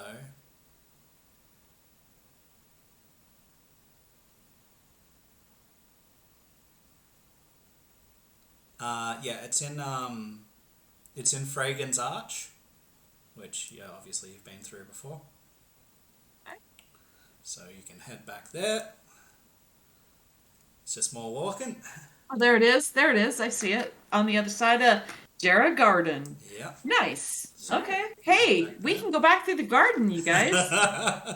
It's a much nicer See if day. it's much improved since the storm. Yeah. Oh, I bet it's. mean, it's. I bet they have a lot of cleanup after the storm. Oh yeah, for sure. And there's still people shoveling snow off the streets. Not fun. Alright, so you can make your way back to Fragan's Arch, and you can find the address. It takes you a little bit, but you find it. It's not too hard. And you knock at the door, and an elderly man opens the door after a minute. And he looks out at you and he says, "How may I help you?" We were sent to check in on the family that lives here. I understand they're missing? Oh, yes, please come in. Thank you, sir. And so, Is it okay if I bring in my halberd? why would you need it? Good point. And he sets it by the door. You can put it inside, lean it up against the cupboard there. Very well. Thank you. That way it doesn't get stolen. You lean it up against the cupboard, and he gestures to some fairly plain wooden seats at a plain wooden table, and he puts down a couple of plain sort of cups, sort of brown ceramic cups. He puts them down, and he gathers a plain pitcher, and he pours you some water, and he sits down himself. He says, perhaps I could make you tea. We have... And he sort of scratches his head. There's some lavender. We could make you lavender tea. Oh, don't sounds- trouble yourself. I'm fine. Yes. Now, you came looking for family, yes? Yes. Particularly the one that lives here. And Are you? who are you? Well, we were sent by the Wayfinders Association, but we work for Rontil. Oh, I'm you work for I'm Mr. late. Tane. Yes, Oh, you're very welcome. Rontil Tane. I really should get his name right. Nice to meet you. Yes, well, they have not been home since Saturday morning. And where were they? Where were they headed on Saturday? Oh, well, it was a great family outing. Very special. They were all dressed up and everything. They were going to the Thrannish Museum. The museum. Yes, Okay. just down the way. Just down the way. Okay, so it wasn't a Well, I mean, down the way, round the corner, you know. yeah, but not a journey or anything by any means. Oh, And no, fairly close. I assume you checked the museum? Well, yes, I couldn't get access, I couldn't pay, but I asked, and they said, maybe?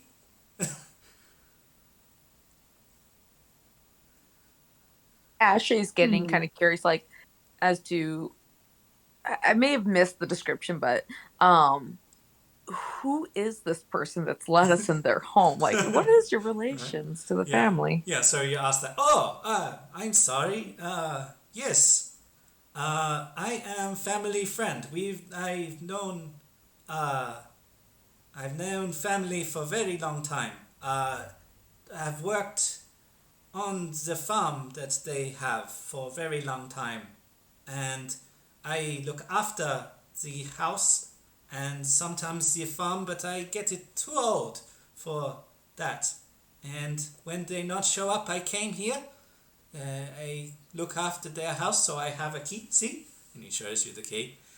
I have a key. And they weren't here, and I waited, and they still not be here. I do not know where they went, if they did not go to art museum, but have not seen them since. He says, I can give you a description if you like. yes, please. That would be helpful. Okay. Meet a family friend of the missing family. They have not been seen since Saturday morning. Okay. So, it says, Yuan, the father, was wearing a long grey coat designed to keep the rain off. It was cold. He had a circular pointed hat, a type used by farmers in fields. And he points to his own, which he has. Underneath the coat he had, I think, woolen pants, button-down shirt. No, warm. Nice and warm. Camilla is his wife. She was, let's see, wearing simple black hat, fascinator, I think that's what it's called, with the gauze veil, mustard pants on, and she had a scarf with gloves and a jacket. I think it was red, Over, let's see, it was kind of brown blouse, tan maybe, and they had two children, Daniela and Thomas. Both had blue overalls and white skivvies because it was cold. How old are the Wait. children? Well, Daniela is 11 and Thomas is 8. Okay. Saturday was yesterday, or was that the day It is Thursday now. before? It's Thursday now. Oh, okay. So they weren't. They didn't go out on the day of the storm. They've been out for a while. Okay. Yeah, Wednesday was the storm. Well, it hit Tuesday night and then went all the way through to Wednesday. But these people Through have to been missing Wednesday. since Saturday. Yeah. Since Saturday. Okay, gotcha. Have you been to their farm since they have gone missing? Oh yes, I go to farm every day. I have not found them. I'm very concerned. Where could they be? Do they have any other family or close friends, maybe in town or? Well, they know lots of people. Lots of people work on their farm. Um, I guess they have visitors every now and then, but mostly just work. Work day, work night, work. So they're very busy. And this was a chance for them to have some leisure going to the art museum. Oh, it's very unusual. I have not gone to the museum before. I don't know how they afforded it, but they did. Must have been a very special occasion. Yeah, it sounds like it. I think they saved for a long time. Do they have any enemies that you know of? Enemies? Enemies? Anybody who might want to hurt them? Oh, no, they're nice people. Competition? Competition? No, well, I mean, it's a farm. It has competition. The other people have farms, but everyone nice, I suppose. I do not Okay. know of threats or bad. I mean, old Farmer Joe, he had the cow that was sick, and one helped. He gave them special straw from the farm, and cow eventually get better. So, me not know. I don't. Oh, nice. Yeah. Okay. So nobody that you know of. Are there some other immediate neighbors that anybody else we should talk to? Oh, well, people around here should know. Yes, we, most, not all, work round the farm because there's not much work other than that. And, well, yes, should know of family you could ask, but I know best because I was here before they were around. I knew one's father, and I actually I knew one's father's father, but not very Wow. well but yes. So he's known at Okay. least a couple of 3 generations. Generations of this family. Wow. Well, that makes him really old. What is the family's surname? That's a good question. 1 second. I did not have that.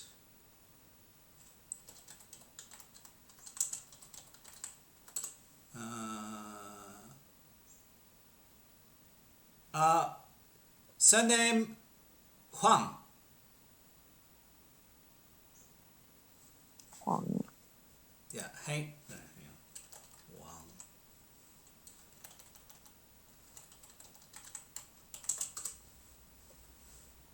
Oh, okay. It is Huang. Yes, it's a strange name, but it is what they have. They from not same place growing up as I am, but not too far away, I suppose. North to south, east to west difference. Still Thrain. Any other information that you'd like to know? I hope that you find them. You good people working for Mr. Tane. Well, thank you. That's nice of you to say. Well, I hope we find him too. Will anybody else have questions before we let this man No. go about his day? Ashley said theirs. Suppose we can, once we're done here, go and talk with the neighbors. Yep. Oh, And you're then more maybe than head to welcome. I the... can introduce you if you like. Oh, yes, that would be wonderful. That would be. Thank Okay, let me get my coat. Thank you. And you see him hobbling about. This man probably doesn't have a lot left in his life. He's definitely getting on, but he seems cheerful enough. Watching him like bend down to get his coat, which is unfortunately on one of the seats. You can almost hear his creaking bones.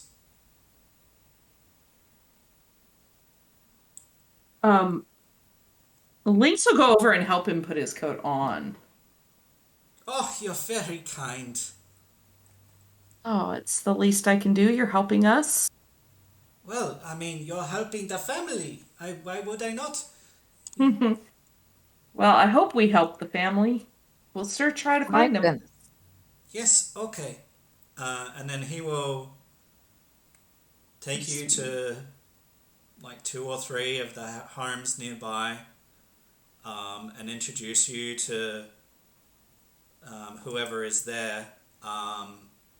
Most of the people that are there are going to be older housekeepers or nannies who are looking after children potentially. The adults of the family are all out working, but you can talk to the nannies, or you can talk to some of the older children, and basically the information remains the same. The family is considered friendly, hardworking, consistent, and well regarded. This is quite the mystery. But none of them know what the housekeeper knew about going to the museum. And if you were to mention the museum, whoever you were talking to would be very surprised.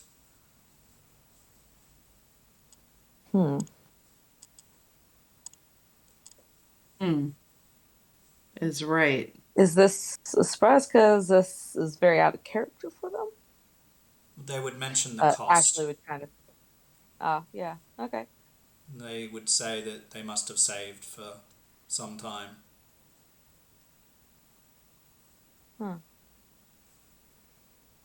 Oh. Gotta be able to enjoy some things in life. Yeah.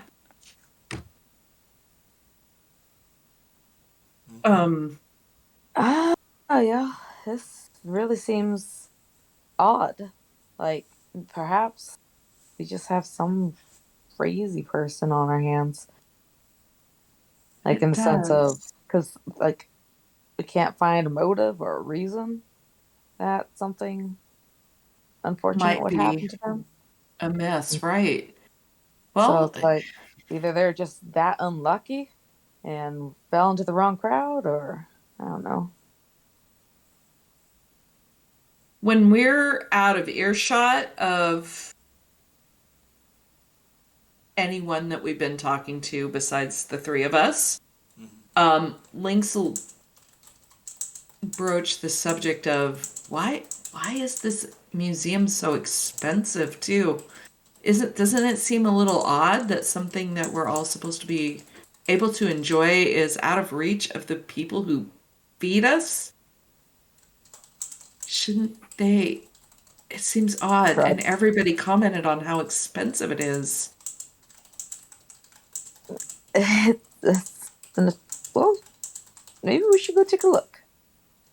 Yeah, I think that should be our next stop. Excellent. Change maps, finally. It has been like 2.5 hours, and we are finally changing maps. I need a quick bio break. Just Alright, a super go quick ahead. one. Okay, I'll be right back. Alright. Cool. So, hopefully, let's bring this back over here. Let's have a look at our OBS. Yes, okay, we will zoom in a bit, I think. Swoop, there we go. Our lovely map here. Okay, so you come into the museum. You from the outside, it is almost a square building, but not quite, because what stops it being a square building are 3 circular towers.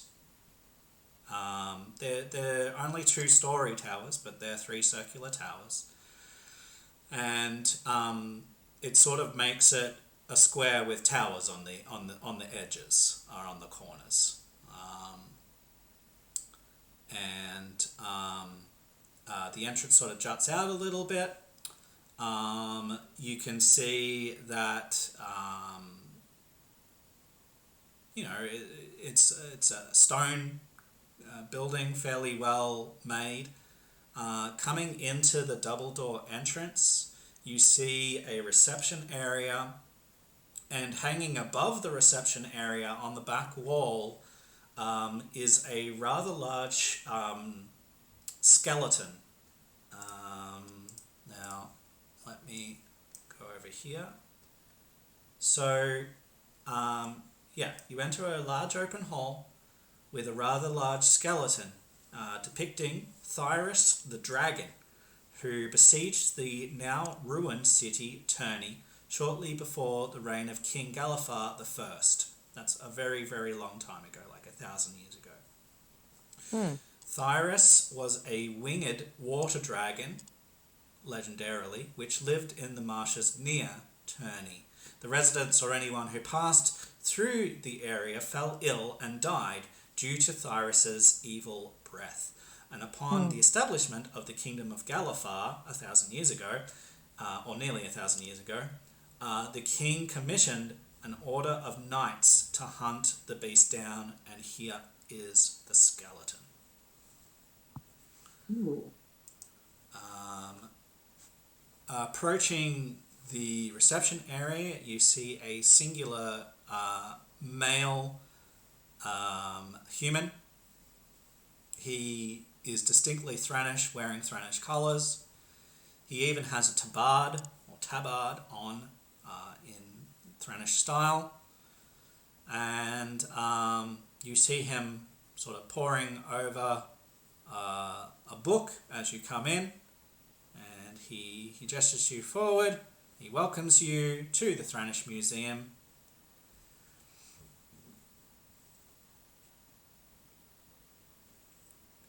And, yeah. Okay. Stolly just gives a polite bow and introduces himself and lets everyone else do the talking. Okay.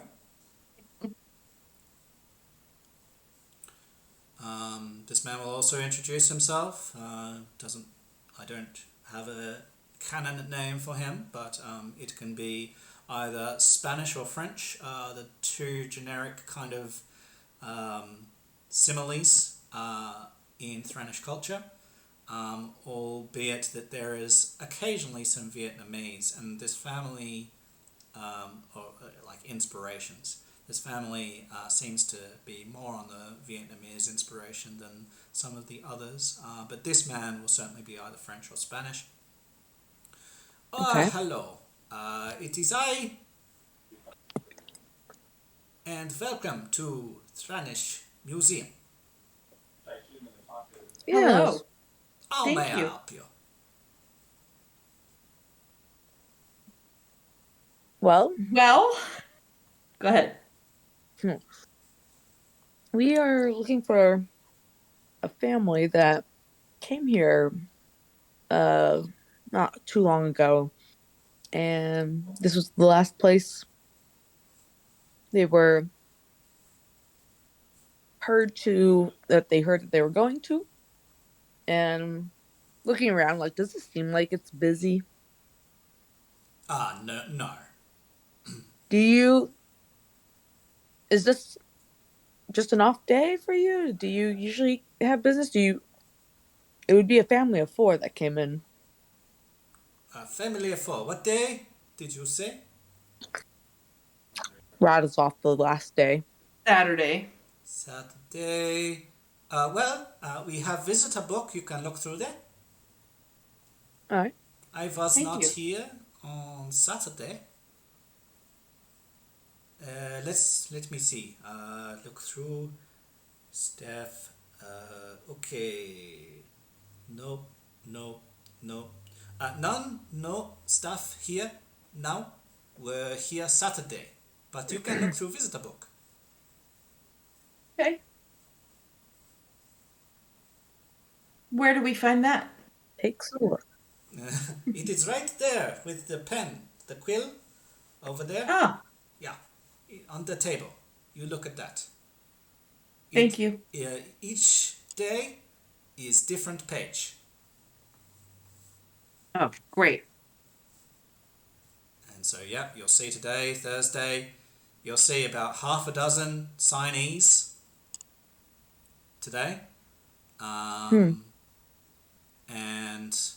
several of them have already left.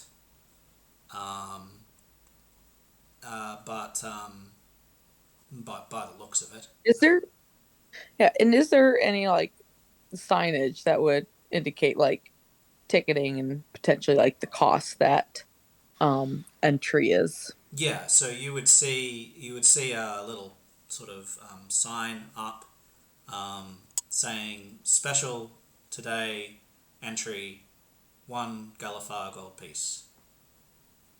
Okay, and would that register for Ashley as being overpriced? For a museum, yeah. And that's a special. Yeah, And is it, I mean, that's per person? per person, yeah. Oh, wow. Yeah, and like there would be a very audible whew.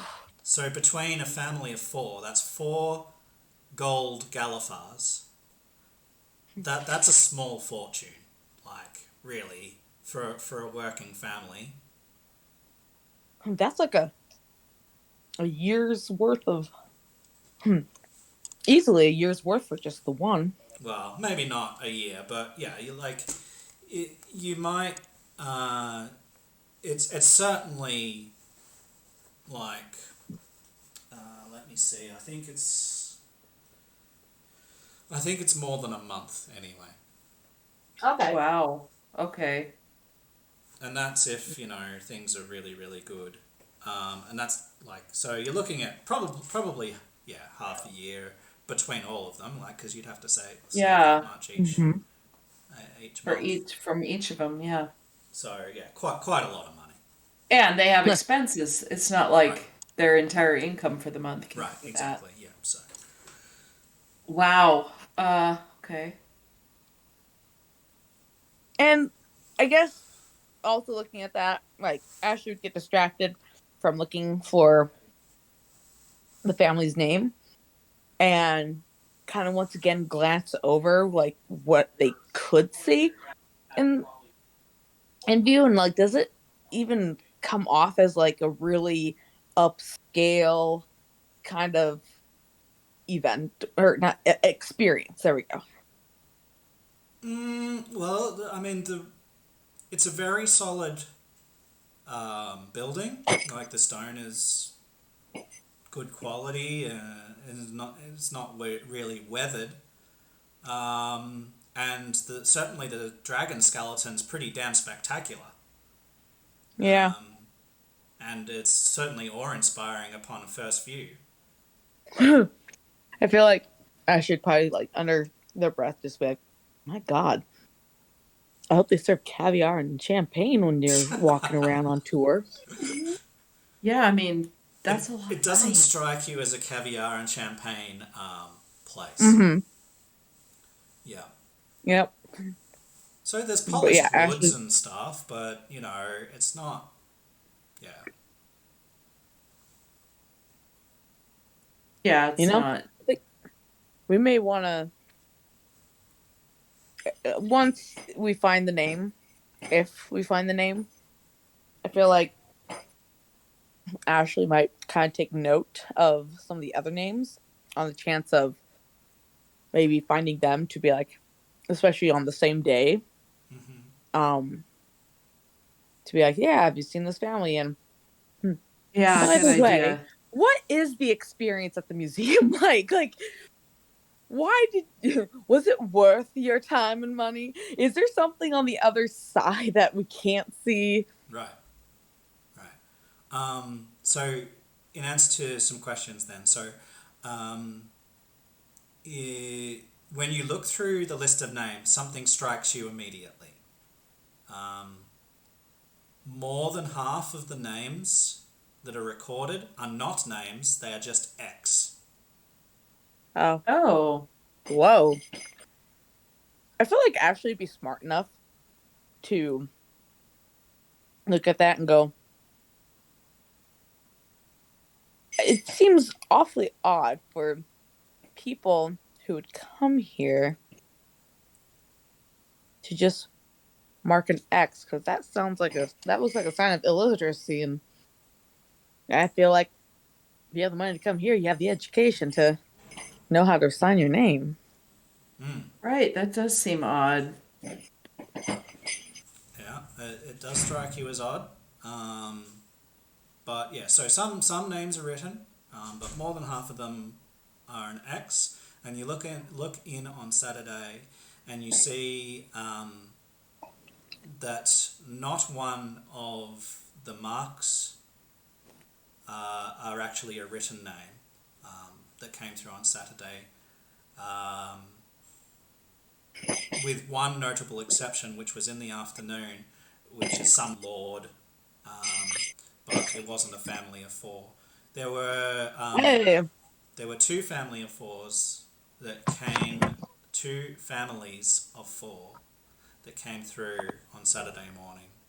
Both have marked as an X, and there is like a crayon mark on each of them to suggest that kids have signed in as well. Okay. On both of them. Okay. Yeah. Well, it looks likely that they could have been here, but I guess one of the questions we can go back and ask is like, what was their literacy rate, or what their level of education is like? I would think farmers had some, but I don't know. Yeah, I mean, you didn't look through the house, so it's unfortunately unknown at this stage. That's fine. Right. So, Lynx, having met a lot of people around the city, like, what would her, and obviously I may need to roll for this, but like, what is her knowledge of people of the farming community? Like, would she even have any? Because maybe if they're super poor, maybe they don't hire rickshaws. I don't know. Maybe you've delivered some visitors to a farm. Okay. Certainly you don't need to check for that. But you don't recall... Oh, you would recall maybe in all of your time that you've been running rickshaws, maybe there was 1 or 2 occasions where a farming family would hop on. It would be consistent, right? It would always be on a weekend. It would always be like early afternoon, and it would always be like a nice day, and they would be dressed up, but notably you would have been able to tell that they weren't well off when they Yeah. called. So Okay. it would be a special occasion, and the wide-eyed wonder in the children would be a memory that you would have, like, because you ferry a lot of people around town, but the wide-eyed wonder of the children that come on those, or that came on 1 or 2 of those occasions that you remember, you just remember that wide-eyed wonder of just how amazed and energetic the children were upon being able to take your rickshaw ride. It would be like a novelty. Okay. Well, so I mean, farmers definitely don't make a lot of money here, from what I can tell, just from my experience with them. But yes, I had never thought about whether they had much education or not. So this isn't helping us very much. It would sure be helpful if we could talk to somebody who was working that day and see if they remember seeing them. But Indeed. as I Yeah. said, there's nobody staff-wise here that was... She didn't ask him. She's saying that to the group Yeah. because she did hear him say that. Yeah. So. Well, we could probably still get a name though if he knows of all the employers or employees. Just because they're not there currently doesn't mean that maybe we can track them down. That's worth asking, right? Afterwards, we may need to, if we are not permitted in the museum, search the house as well. Well, you would be permitted to the museum. It's just a gold piece each. It is Yes. a bargain. Sorry, a little too rich for my blood. With the name Ranteltain, get us in. The man pauses. He goes, "Well, I know that name. Will it get you in? Well, it would get everybody in if they just said Ranteltain."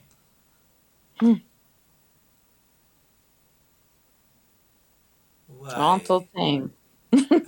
No, it is a gold piece. It is just a gold gallifer.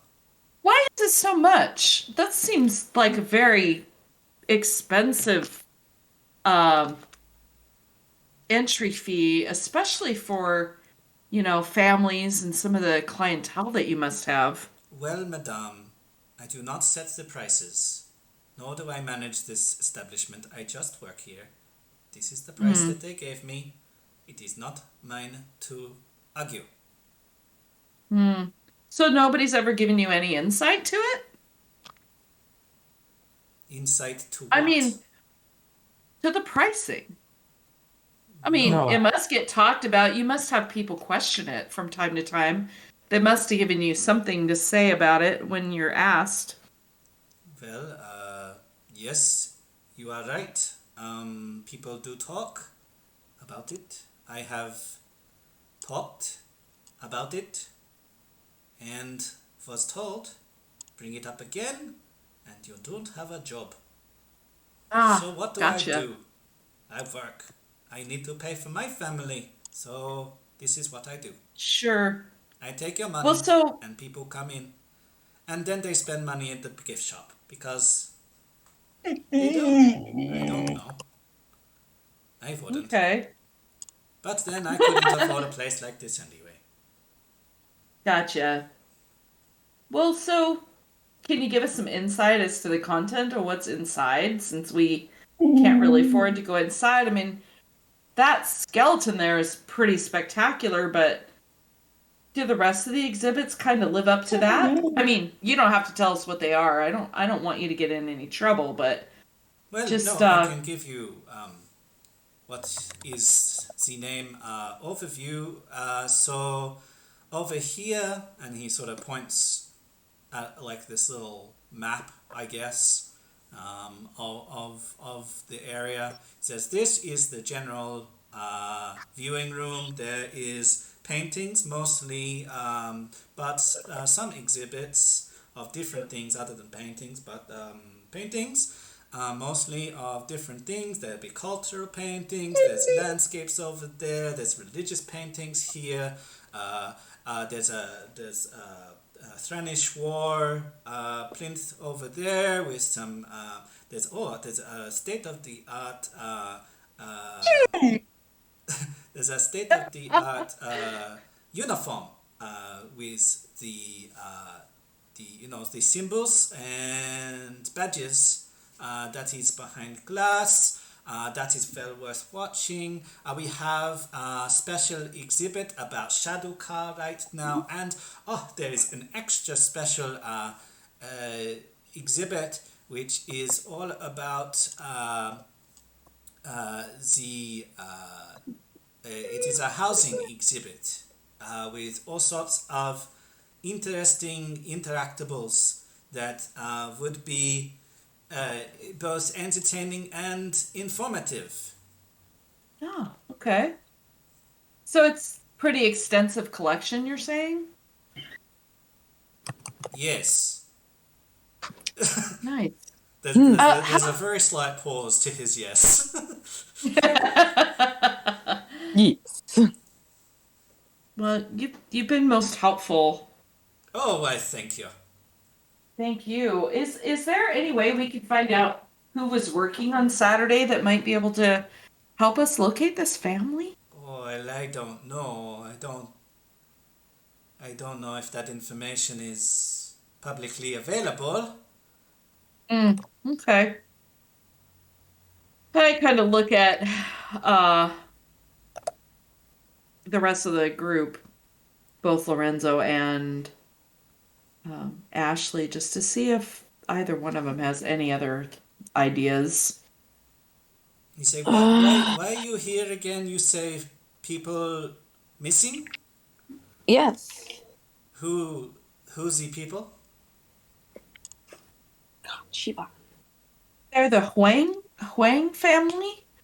The what was that? That the Wayfinders Association sent us to look for them. They're helping us with some other work for Ronteltane, and so they gave us something to do while we wait. Oh, so you're here for Wayfinders? That's correct. Oh, okay. Well, you can go in. Wait, what? I look I look at everybody like okay. I'll just mark it on these tickets here. Yes, redeemed 1, 2, 3 adult. Okay. And he will gesture towards the door to your left, but that will be it for today, as I have to get going. And we have been here for about 3 hours, and I have a whole bunch more to do today. But Well, this will be fun. Pick Kitty, up you know. going into the Yeah. museum to explore. yeah, that should be good. So I hope that everybody had a good time. Thank you for coming. There was some really cool role play today, and hopefully, even though we didn't have an encounter, you all had fun. Yeah. Always. Yeah. All right. Thank so you. we do need to discuss next time. because Can we do that in the chat so you can yeah, skedaddle? I think so. So just keep an eye on the chat, please, because we're really going to have to negotiate going forward Yeah. about what exactly happens because my times and days available are going to change quite significantly. So keep an eye on chat. It may not be right now because it depends on exactly what my day looks like, but I'm pretty busy. So it'll probably be tomorrow when I check in with that. So I'll chat to you all soon. Okay. I appreciate your coming, and it's as I've said a few times, it's a great honor to be GMing for my good friends in the US. So thank you so much, and I will talk to you again soon. Okay, Thank All you. right. bye. Thank you. Bye. Bye.